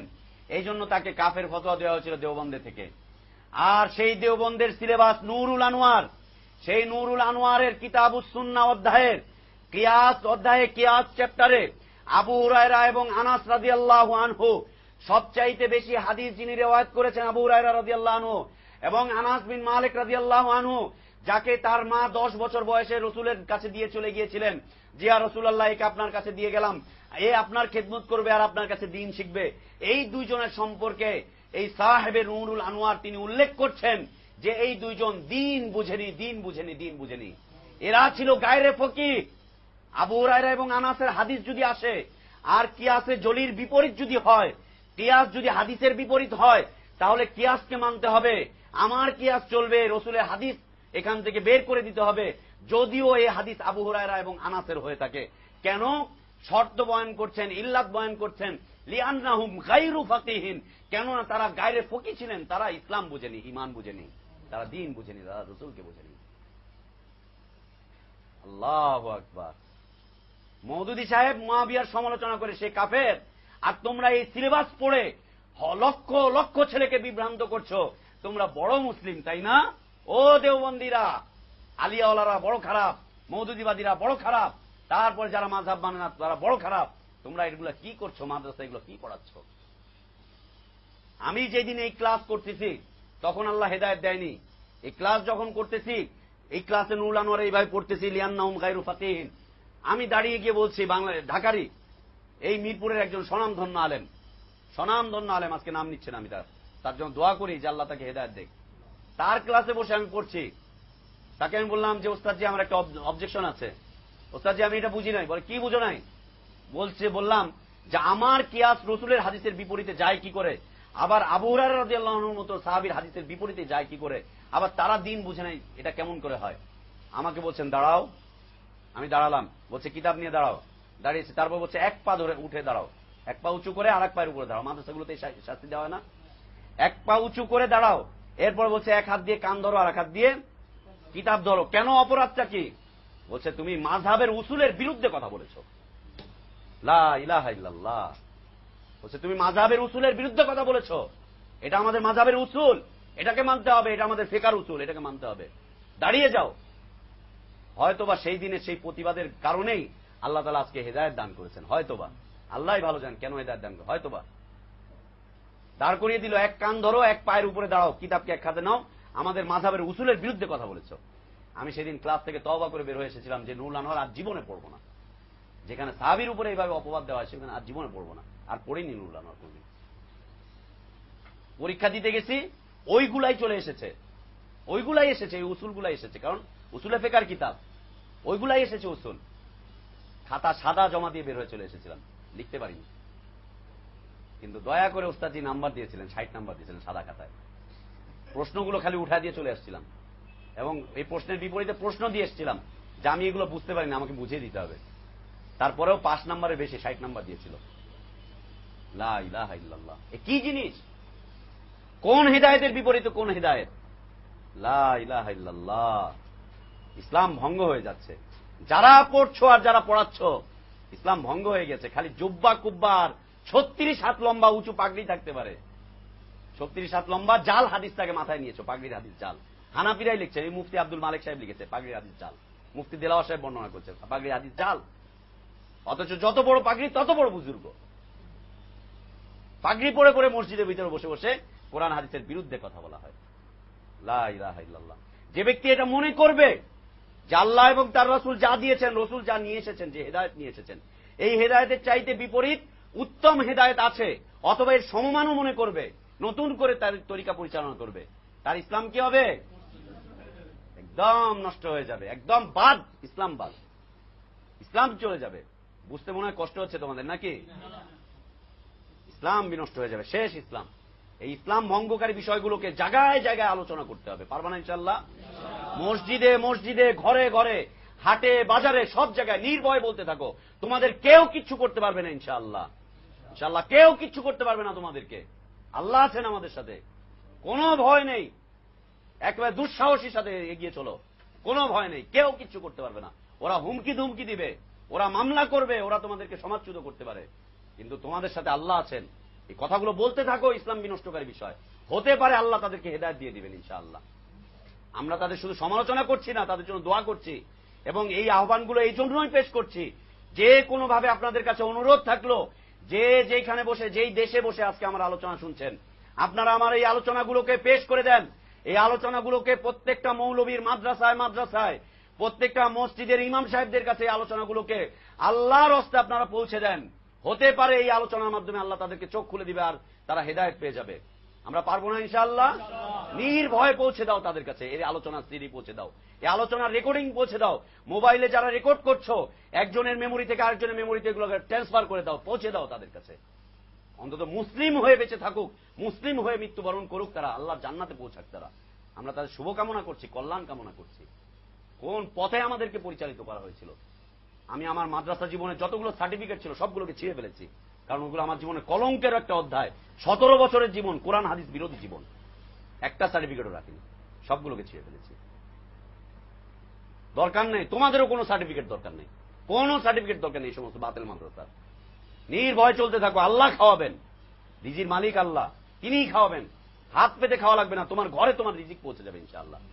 তোমার ঘরে তোমার রিজিক পৌঁছে যাবে, কোনো ভয় নেই, কোনো চিন্তা নেই। পেটে পাথর বাঁধতে শেখো, একটা খেজুরকে 3 জন ভাগ করে খেতে শেখো, একটা খেজুরকে ভিজিয়ে সেই পানিটুকুকে 3 জন 4 জন মিলে ভাগ করে খেতে শিখো। না খেয়ে থাকার অভ্যাস করো, আল্লাহর দিনের জন্য অভ্যাস করো, সম্মান পৌঁছাবে, কোনো সমস্যা নেই ইনশাআল্লাহ, কোনো অসুবিধা নেই। কেউ কিচ্ছু করতে পারবে না। নেমে যাও আল্লাহর রাস্তায়, আল্লাহ তোমাদের পিছনে আছেন। আল্লাহু ইয়াসিমুকা মিনান নাস, আল্লাহ সাহায্য করবেন, কোনো সমস্যা নেই। পারবে না ইনশাআল্লাহ? আল্লাহ তৌফিক দান করেন। তারপরে আল্লাহ সুবহানাহু ওয়া তাআলা সূরা মাইদায় 50 নম্বর আয়াতে ইরশাদ করছেন, আফা হুকমাল জাহিলিয়াতি ইয়াবগুন, তারা কি জাহেলি হুকুমকে আবার প্রত্যাবর্তন করে নিয়ে আসতে চাচ্ছে? জাহেলিয়াতের হুকুমকে তারা আবার নিয়ে আসতে চাচ্ছে, জাহেলি মতবাদ দিয়ে তারা তাদের বিচার আইন কার্যকে চালাতে চাচ্ছে, জাহেলিয়াতকে তারা আবার গ্রহণ করতে চাচ্ছে। আমান নাহসানু মিনাল্লাহি হুকমা, আল্লাহর চাইতে উত্তম হুকমতদাতা, আল্লাহর চাইতে উত্তম হুকুমকারী, আল্লাহর চাইতে উত্তম বিচার ফয়সালাকারী আর কে আছে? লিকাউমি ইউকিনুন, যারা বুঝতে পারে, যারা বুঝতে পারে তাদের জন্য আল্লাহর চাইতে উত্তম ফয়সালাকারী আর কে আছে?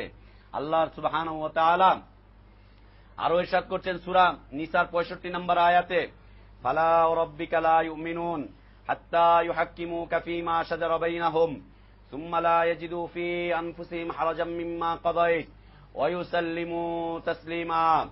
তোমার রবের শপথ, ততক্ষণ পর্যন্ত তারা ঈমানদার হতে পারবে না, মুমিন হতে পারবে না, ঈমানের পূর্ণতা আসবে না, তারা মুসলিম হতে পারবে না।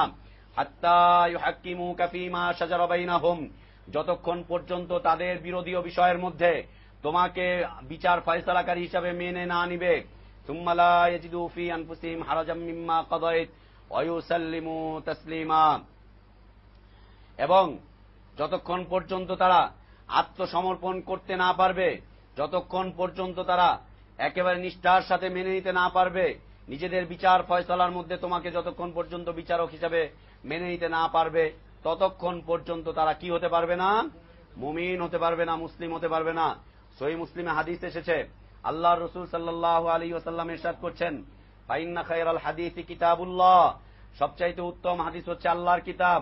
ওয়া খায়রাল হাদি হাদিউ মুহাম্মাদিন সাল্লাল্লাহু আলাইহি ওয়াসাল্লাম, এবং সবচাইতে উত্তম হেদায়েতকারী, সবচাইতে উত্তম হেদায়েত পৌঁছানোর ব্যক্তি হচ্ছেন মুহাম্মাদুর রাসূলুল্লাহ সাল্লাল্লাহু আলাইহি ওয়াসাল্লাম। সেই রাসূলের প্রতি সালাতু সালাম, সেই রাসূলের প্রতি লক্ষ কোটি সালাম। আল্লাহ তুমি আমাদের সালামগুলোকে, আমাদের সালাতগুলোকে রাসূল সাল্লাল্লাহু আলাইহি ওয়াসাল্লাম পর্যন্ত পৌঁছে দিও। এই অবস্থারও যদি কেউ মনে করে রাসূলের হেদায়েতের বিপরীতে কোন ধরনের হেদায়েত আছে, তাহলে তার ঈমান কি হবে?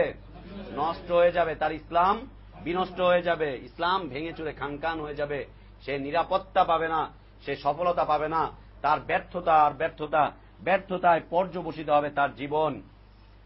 আল্লাহ তাআলা আমাদেরকে এই সমস্ত ইসলাম বিধ্বংসী বিষয় থেকে বেঁচে থাকার তৌফিক দান করেন। যত তরিকা মত পথ ইজম তৈরি করা হয়েছে, গত কয়েকদিন আগে আমরা বলছিলাম যে ঢাকার অদূরে গুলশানে আজাদ মসজিদ রয়েছে। এই আজাদ মসজিদের একজন খতিব সাহেব জুমার খুতবার মধ্যে তিনি এই কথাকে আলোচনা করছিলেন, যে রেকর্ড আমাকে শোনানো হয়েছিল। একজন ভাই তিনি রেকর্ড করে নিয়ে এসে আমাকে শোনাচ্ছেন। তিনি খুতবার মধ্যে বলছেন যে এই তবলিগ জামাত আল্লাহর কাছে এত গ্রহণযোগ্যতা পেয়েছে, আল্লাহর কাছে এই তবলিগ জামাত এত গ্রহণযোগ্যতা পেয়েছে, এই হেদায়েতের গ্রুপ এত গ্রহণযোগ্যতা পেয়েছে যে যদি রসুল সাল্লাল্লাহু আলাইহি ওয়াসাল্লামের পরে কোন নবী রসুল আসতো, তাহলে ইলিয়াস সাহেবকে আল্লাহ তাআলা রসুল করে পাঠাতেন। এবং তিনি বলছেন যে ইলিয়াস সাহেবকে আল্লাহ মিসলে নবী করে পাঠিয়েছেন, নবীর মতো করে পাঠিয়েছেন। নাউযুবিল্লাহ। এই আজাদ মসজিদে দাওয়াতুল হকের প্রধান, নাম বলবো, মাহমুদুল হাসান সাহেব, যাত্রাবাড়ি মাদ্রাসার প্রিন্সিপাল। লা ইলাহা ইল্লাল্লাহ। অনেক হাজার হাজার মানুষ শুনেছে, রেকর্ড করা পর্যন্ত আছে, যে নবীর পরে যদি কোন নবী আসতো, রসুল বলছেন ওমর নবী হয়ে যেত। উনি বলছেন যে এই দাওয়াত ও তাবলীগ সারা পৃথিবীব্যাপী এত গ্রহণযোগ্যতা পেয়েছে যে ইলিয়াস সাহেব নবী হয়ে যেত, তাকে নবীর মতো করে পাঠানো হয়েছে। আস্তাগফিরুল্লাহল আযীম। কার বিপরীতে কার হেদায়েতকে পৌঁছাতে চাচ্ছেন? কার বিপরীতে কার হেদায়েতকে দাঁড় করাতে চাচ্ছেন? কেউ 126 তরিকার হেদায়েত, কেউ 27 খানা কিতাবের হেদায়েত, কেউ বড় একটা কিতাবের হেদায়েত, কেউ তরিকার হেদায়েত, আর কেউ তবলিগের হেদায়েত। গত কয়েকদিন আগে আপনাদেরকে বলেছিলাম, মানিকগঞ্জ জেলার তবলিগ জামায়াতের একজন আলেম তিনি মসজিদে দাঁড়িয়ে দাঁড়িয়ে কারগুজারি বর্ণনা করতে গিয়ে বলছেন যে তবলিগ জামায়াতের অবস্থা এমন হয়েছে, আল্লাহর কাছে এত প্রিয় হয়েছে, আল্লাহর কাছে এর গ্রহণযোগ্যতা এত বেশি বেড়ে গিয়েছে। আরে গ্রহণযোগ্যতা যে বাড়ছে, তোমার কাছে এই ওহী তোমার কাছে কে করলো? এই বেটা, তুই কি নবী না রসুল? তোমার কাছে এই ওহী কে করলো? তুমি কি করে জানলে? বলছে এত গ্রহণযোগ্যতা হয়েছে যে আজকে যারা বউ বাচ্চা কাচ্চার কোন বাধা বিপত্তিকে মানছে না, সমাজের বাধাকে মানছে না, গাট্টি বোসকা নিয়ে আল্লাহর রাস্তায় তবলিগ জামাতে চিল্লার জন্য বের হয়ে যাচ্ছে, তাদেরকে কিয়ামতের দিন কোন ফেরেশতা ধরে রাখতে পারবে না, স্বয়ং আল্লাহ ধরে রাখতে পারবে না। তারা কারো কোনো বাধা মানবে না, সোজা খালি জান্নাতের দিকে যেতে থাকবে। যেভাবে দুনিয়াতে কোনো বাধা মানে নেই, সেইভাবে আখেরাতেও তারা কোনো বাধা মানবে না, একবারে সোজা চলে যেতে থাকবে। কোথায় যাবে? কোথায় যাবে? আল্লাহু আকবার। আল্লাহ হেদায়েত করে। কারগুজারি কত সুন্দর সুন্দর বুজুর্গ বসে বসে কলম দিয়ে লিখছিলেন, হচ্ছে সাহাবীর ঈমান। কার ঈমান? সাহাবীর ঈমান। আর মাযহাবের নাম দিয়ে আল্লাহ রসুলকে কিভাবে অস্বীকার করা হচ্ছে। যেভাবে দুনিয়াতে কোনো বাধা মানে নেই, সেইভাবে আখেরাতেও তারা কোনো বাধা মানবে না, একবারে সোজা চলে যেতে থাকবে। কোথায় যাবে? কোথায় যাবে? আল্লাহু আকবার। আল্লাহ হেদায়েত করে। কারগুজারি কত সুন্দর সুন্দর বুজুর্গ বসে বসে কলম দিয়ে লিখছিলেন, ফতোয়া লিখে যাচ্ছেন। কলমের মাথার উপরে একটা মাছি এসে বসেছে। বুজুর্গ মাছিটাকে আর কষ্ট দিতে যাচ্ছেন না। চিন্তা করলেন, আল্লাহর মাখলুক, একে কেন কষ্ট দেই। বুজুর্গ কলমটা ধরেই রাখলেন, মাছি তার মতো করে সেখানে বসে থাকতে থাকলো। এই এক পর্যায়ে বুজুর্গ সুলুকের হালতে চলতে চলতে এক পর্যায়ে মাছিকে কষ্ট না দিয়ে বুজুর্গ মৃত্যুবরণ করলেন। বুজুর্গ মাছিকে কষ্ট না দেওয়ার কারণে সোজা জান্নাতে প্রবেশ করলেন।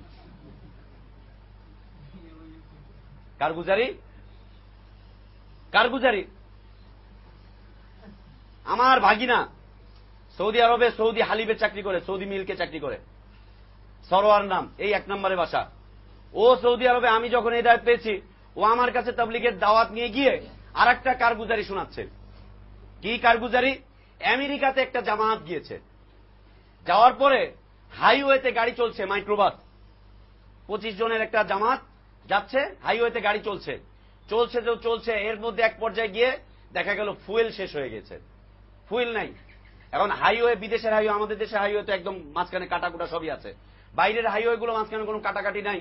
দেখা যাচ্ছে 50, 60, 70 কিলোমিটার পরে গিয়ে একটা পেট্রোল পাম্প দেখা যাচ্ছে, ফুয়েল স্টেশন দেখা যাচ্ছে, অথবা ইউটার্নের একটা ব্যবস্থা দেখা যাচ্ছে। বলছে যে ফুয়েল শেষ হয়ে গেছে। এরপরে তারা জিজ্ঞেস করলো যে পেট্রোল পাম্প কত দূরে? বলছে এখান থেকে 125 কিলোমিটার দূরে হচ্ছে পেট্রোল পাম্প। এখন কিভাবে যাবে? সবাই টেনশনে পড়ে গেছে। আমির সাহেব বলছে, টেনশন করার কিছু নেই, আল্লাহর রাস্তায় বের হয়ে তোমরা বাংলাদেশ থেকে চলে আসতে পেরেছ, আল্লাহ যেহেতু এখান পর্যন্ত পৌঁছে দিয়েছেন, আল্লাহ এখান থেকে ওখানেও পৌঁছে দিবেন। কথা সত্য। তাহলে কিভাবে যেতে হবে? বলছে সবাই মিলে চোখ বন্ধ করে মুরাকাবা করো, 5 মিনিট মুরাকাবা করছে। মুরাকাবার পরে সবাইকে বলছে যে তোমরা এখন জিকির করো। ইল্লাল্লাহ জিকির শুরু হয়ে গেল, ইল্লাল্লাহ ইল্লাল্লাহ কুফরি জিকির, জিকির শুরু হয়ে গেল, জিকির করতে থাকো। জিকির করতে করতে একটা পর্যায়ে সবাইকে বলছে কেউ কিন্তু চোখ খুলবে না, সবাই চোখ বন্ধ। এই জিকির করতে করতে ড্রাইভারকে বলছে, ড্রাইভার সাহেব এখন স্টার্ট দাও। ড্রাইভার সাহেব স্টার্ট দিয়েছে, দেখে যে গাড়ি চলছে, ফুয়েল পুরো দেখাচ্ছে, মিটার দেখাচ্ছে, ফুয়েলের ট্যাঙ্কি পুরো ভরা, পুরো ভরা। গাড়ি চলতে শুরু করেছে, যেতে যেতে 125 কিলোমিটার গিয়েছে। যাওয়ার পরে তাদেরকে সবাইকে মসজিদে নামিয়ে দিয়েছে। মসজিদে নামিয়ে দেওয়ার পরে গাড়ি আবার এসে পেট্রোল পাম্পে যখন থেমেছে, তখন গাড়ি আবার স্টার্ট বন্ধ হয়েছে। এর মধ্যে আর গাড়ি স্টার্ট বন্ধ হয়নি। ফুয়েল ছাড়াই আল্লাহ তাআলা তাবলীগ জামাতের এত গ্রহণযোগ্যতা যে আল্লাহ তাআলা তাদেরকে সেখানে পৌঁছে দিয়েছেন। কারগুজারি, বুজুর্গি, ইল্লাল্লাহ জিকিরের মাধ্যমে, কুফরির মাধ্যমে পৌঁছে দিলেন আল্লাহ। আল্লাহ পারেন, দলিল কি? আল্লাহ কাদির, আলা কুল্লি শাইইন কাদির। ও বদমাইশেরা, আল্লাহ যদি এটা পারেন তো রাসূল সাল্লাল্লাহু আলাইহি সাল্লামকে কেন মক্কা থেকে মদিনায় যেতে 14 দিন সময় লাগলো? এত কষ্ট করে কেন রসুলকে যেতে হলো? আল্লাহ তার ক্ষেত্রে পারতেন না? তোমাদের চাইতে আল্লাহ রসুল তার কাছে কম প্রিয় ছিল নাকি? আল্লাহ রসুল তার কাছে কম প্রিয় ছিল নাকি? এত কষ্ট করার কি দরকার ছিল? পায়ে হেঁটে, লুকিয়ে লুকিয়ে, না খেয়ে, ক্ষুধার তাড়না সহ্য করতে পারছে না। একজন একটা বাড়িতে গিয়েছে, বাড়িতে গিয়ে মহিলাকে জিজ্ঞেস করছে, তোমার বাড়িতে কি খাবার কিছু আছে? বলছে না, খাবার কিছু নেই। বলছে তোমার বাড়ির লোক কই? বলে সে শিকারে গিয়েছে। শিকারে গিয়েছে সে, বাড়িতে নেই সে। তোমার ঘরে কোনো খাবার নেই? বলছে না, কোনো খাবার নেই। বলছে তোমার ঘরে বকরি আছে? বলছে বকরি আছে, কিন্তু এখনো তার পেটে দুধ আসেনি, স্তনে দুধ আসেনি, দুধ আসেনি এখন পর্যন্ত, তার স্তনে দুধ নেই। রাসূল সাল্লাল্লাহু আলাইহি ওয়াসাল্লাম বলছেন যে তাকে আনো। মহিলা বলছে যে কে এনে কি হবে? বলে তুমি নিয়ে আসো আমার কাছে। আল্লাহ রাসূল সাল্লাল্লাহু আলাইহি ওয়াসাল্লাম ওই বাচ্চা ছাগলের স্তনের মধ্যে হাত দিলেন, আল্লাহ তাআলা দুধ ভরে দিলেন। তিনি পান ওখান থেকে পানিয়ে নিলেন, তিনি খেলেন, আবু বকর রাদিয়াল্লাহু আনহুকে খাওয়ালেন, এবং যে ব্যক্তি ওই যে পথ প্রদর্শক ছিল তাকেও খাওয়ালেন। এরপরে মহিলাকে খেতে দিলেন, মহিলাও পেট পুরে খেলো। খাওয়ার পরে মহিলাকে বলছে যে এই নাও, ছাগলটা তোমার কাছে রেখে দাও, এ যতদিন বেঁচে থাকবে ততদিন পর্যন্ত দুধ দিতে থাকবে।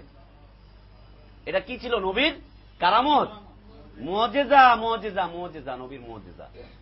খিদার অবস্থায় পড়ে যাচ্ছে। লোকের হাজবেন্ড যখন আসলেন, এসে দেখছেন বাড়িতে একটা গ্রান শোনা যাচ্ছে। কি ব্যাপার? কিসের গ্রান? মহিলাকে জিজ্ঞেস করলেন কে? বলছে আজকে একজন অপরিচিত ব্যক্তি এসেছিল, সে যেন তেন কোনো মানুষ নয়, সে নিশ্চয়ই স্পেশাল কোনো ব্যক্তিত্ব, যেন তেন কোনো মানুষ নয়, এমন একজন মানুষ এসেছিল, এই কাজ করে গিয়েছে। স্বামী বলছে যে এ তো আসলেও যেন তেন কোনো মানুষ নয়, এ নিশ্চয়ই স্পেশাল ব্যক্তিত্ব।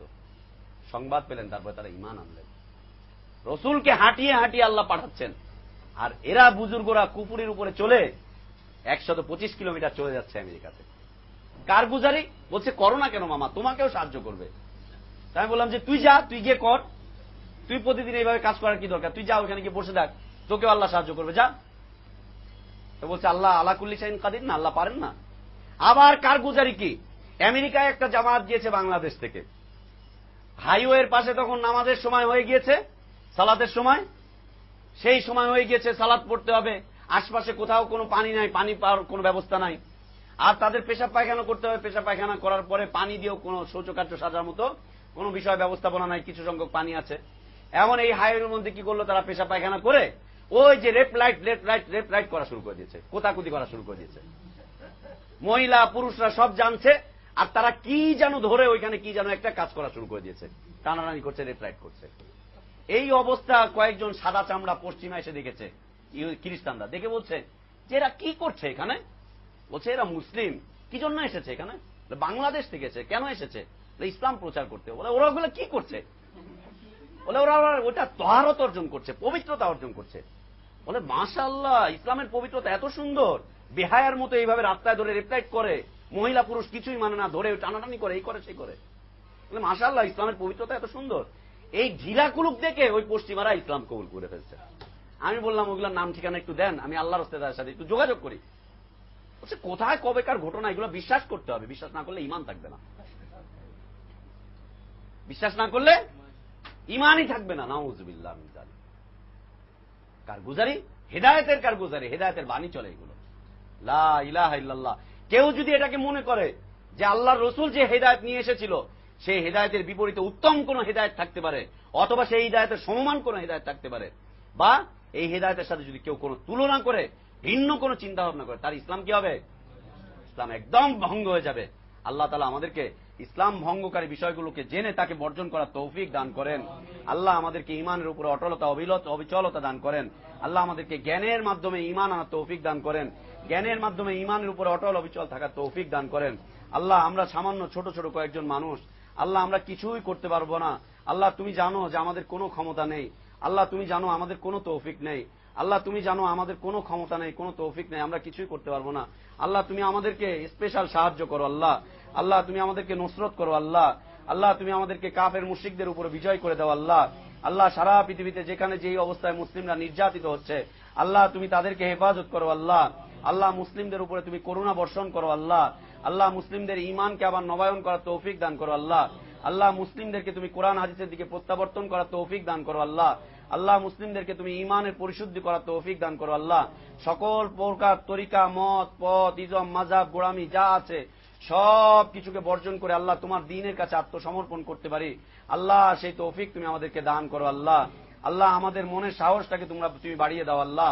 আল্লাহ আমাদের মনের সাহসকে তুমি বাড়িয়ে দাও আল্লাহ। যত প্রকার প্রতিকূল পরিবেশ পরিস্থিতি রয়েছে আল্লাহ, সকল প্রকার প্রতিকূল পরিবেশ পরিস্থিতিকে তুমি আমাদের অনুকূলে করে দাও আল্লাহ।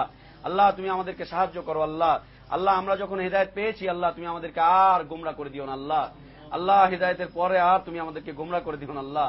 আল্লাহ হেদায়েতের পরে তুমি আমাদেরকে আর গোমরা করে দিও না আল্লাহ। আল্লাহ হেদায়েতের পরে তুমি আমাদেরকে আর গোমরা করে দিও না আল্লাহ। আল্লাহ আমাদের ভুল ত্রুটিগুলোকে তুমি ক্ষমা করে দাও আল্লাহ।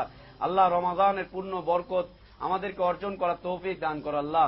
রমাদানের পূর্ণ মাগফিরাত অর্জন করার তৌফিক দান করো আল্লাহ। আল্লাহ তুমি আমাদেরকে সঠিক পথে পরিচালিত করো আল্লাহ। আল্লাহ যে বা যারা আজকে যেখানে থেকে এই আলোচনাগুলো শুনছেন আল্লাহ তাদের প্রত্যেককে তুমি কবুল করে নাও আল্লাহ। আল্লাহ তাদের মাধ্যমে তুমি তোমার দ্বীনকে আরো বেশি করে বেগবান ভাবে আমরা প্রচার করতে পারি আল্লাহ, সেই তৌফিক তুমি আমাদেরকে এবং তাদেরকে দান করো আল্লাহ। আল্লাহ মুসলিমের ঈমানকে তুমি আবার পূর্বের অবস্থায় ফিরিয়ে দাও আল্লাহ। আল্লাহ সকল প্রকার বিভ্রান্তি থেকে আমাদেরকে হেফাজত করো আল্লাহ। শয়তানের ওয়াসওয়াসা থেকে তুমি আমাদেরকে হেফাজত করো আল্লাহ। আল্লাহুম্মা আমিন ওয়া আখির দাওয়ানা আলহামদুলিল্লাহি রাব্বিল আলামিন ওয়া সাল্লাল্লাহু ওয়া সাল্লাম ওয়া বারাকা আলা নবিয়িনা মুহাম্মদ ওয়া আলা আলিহি ওয়া আসহাবিহি আজমাইন। সুবহানাকা আল্লাহুম্মা ওয়া বিহামদিকা আশহাদু আল্লা ইলাহা ইল্লা আনতা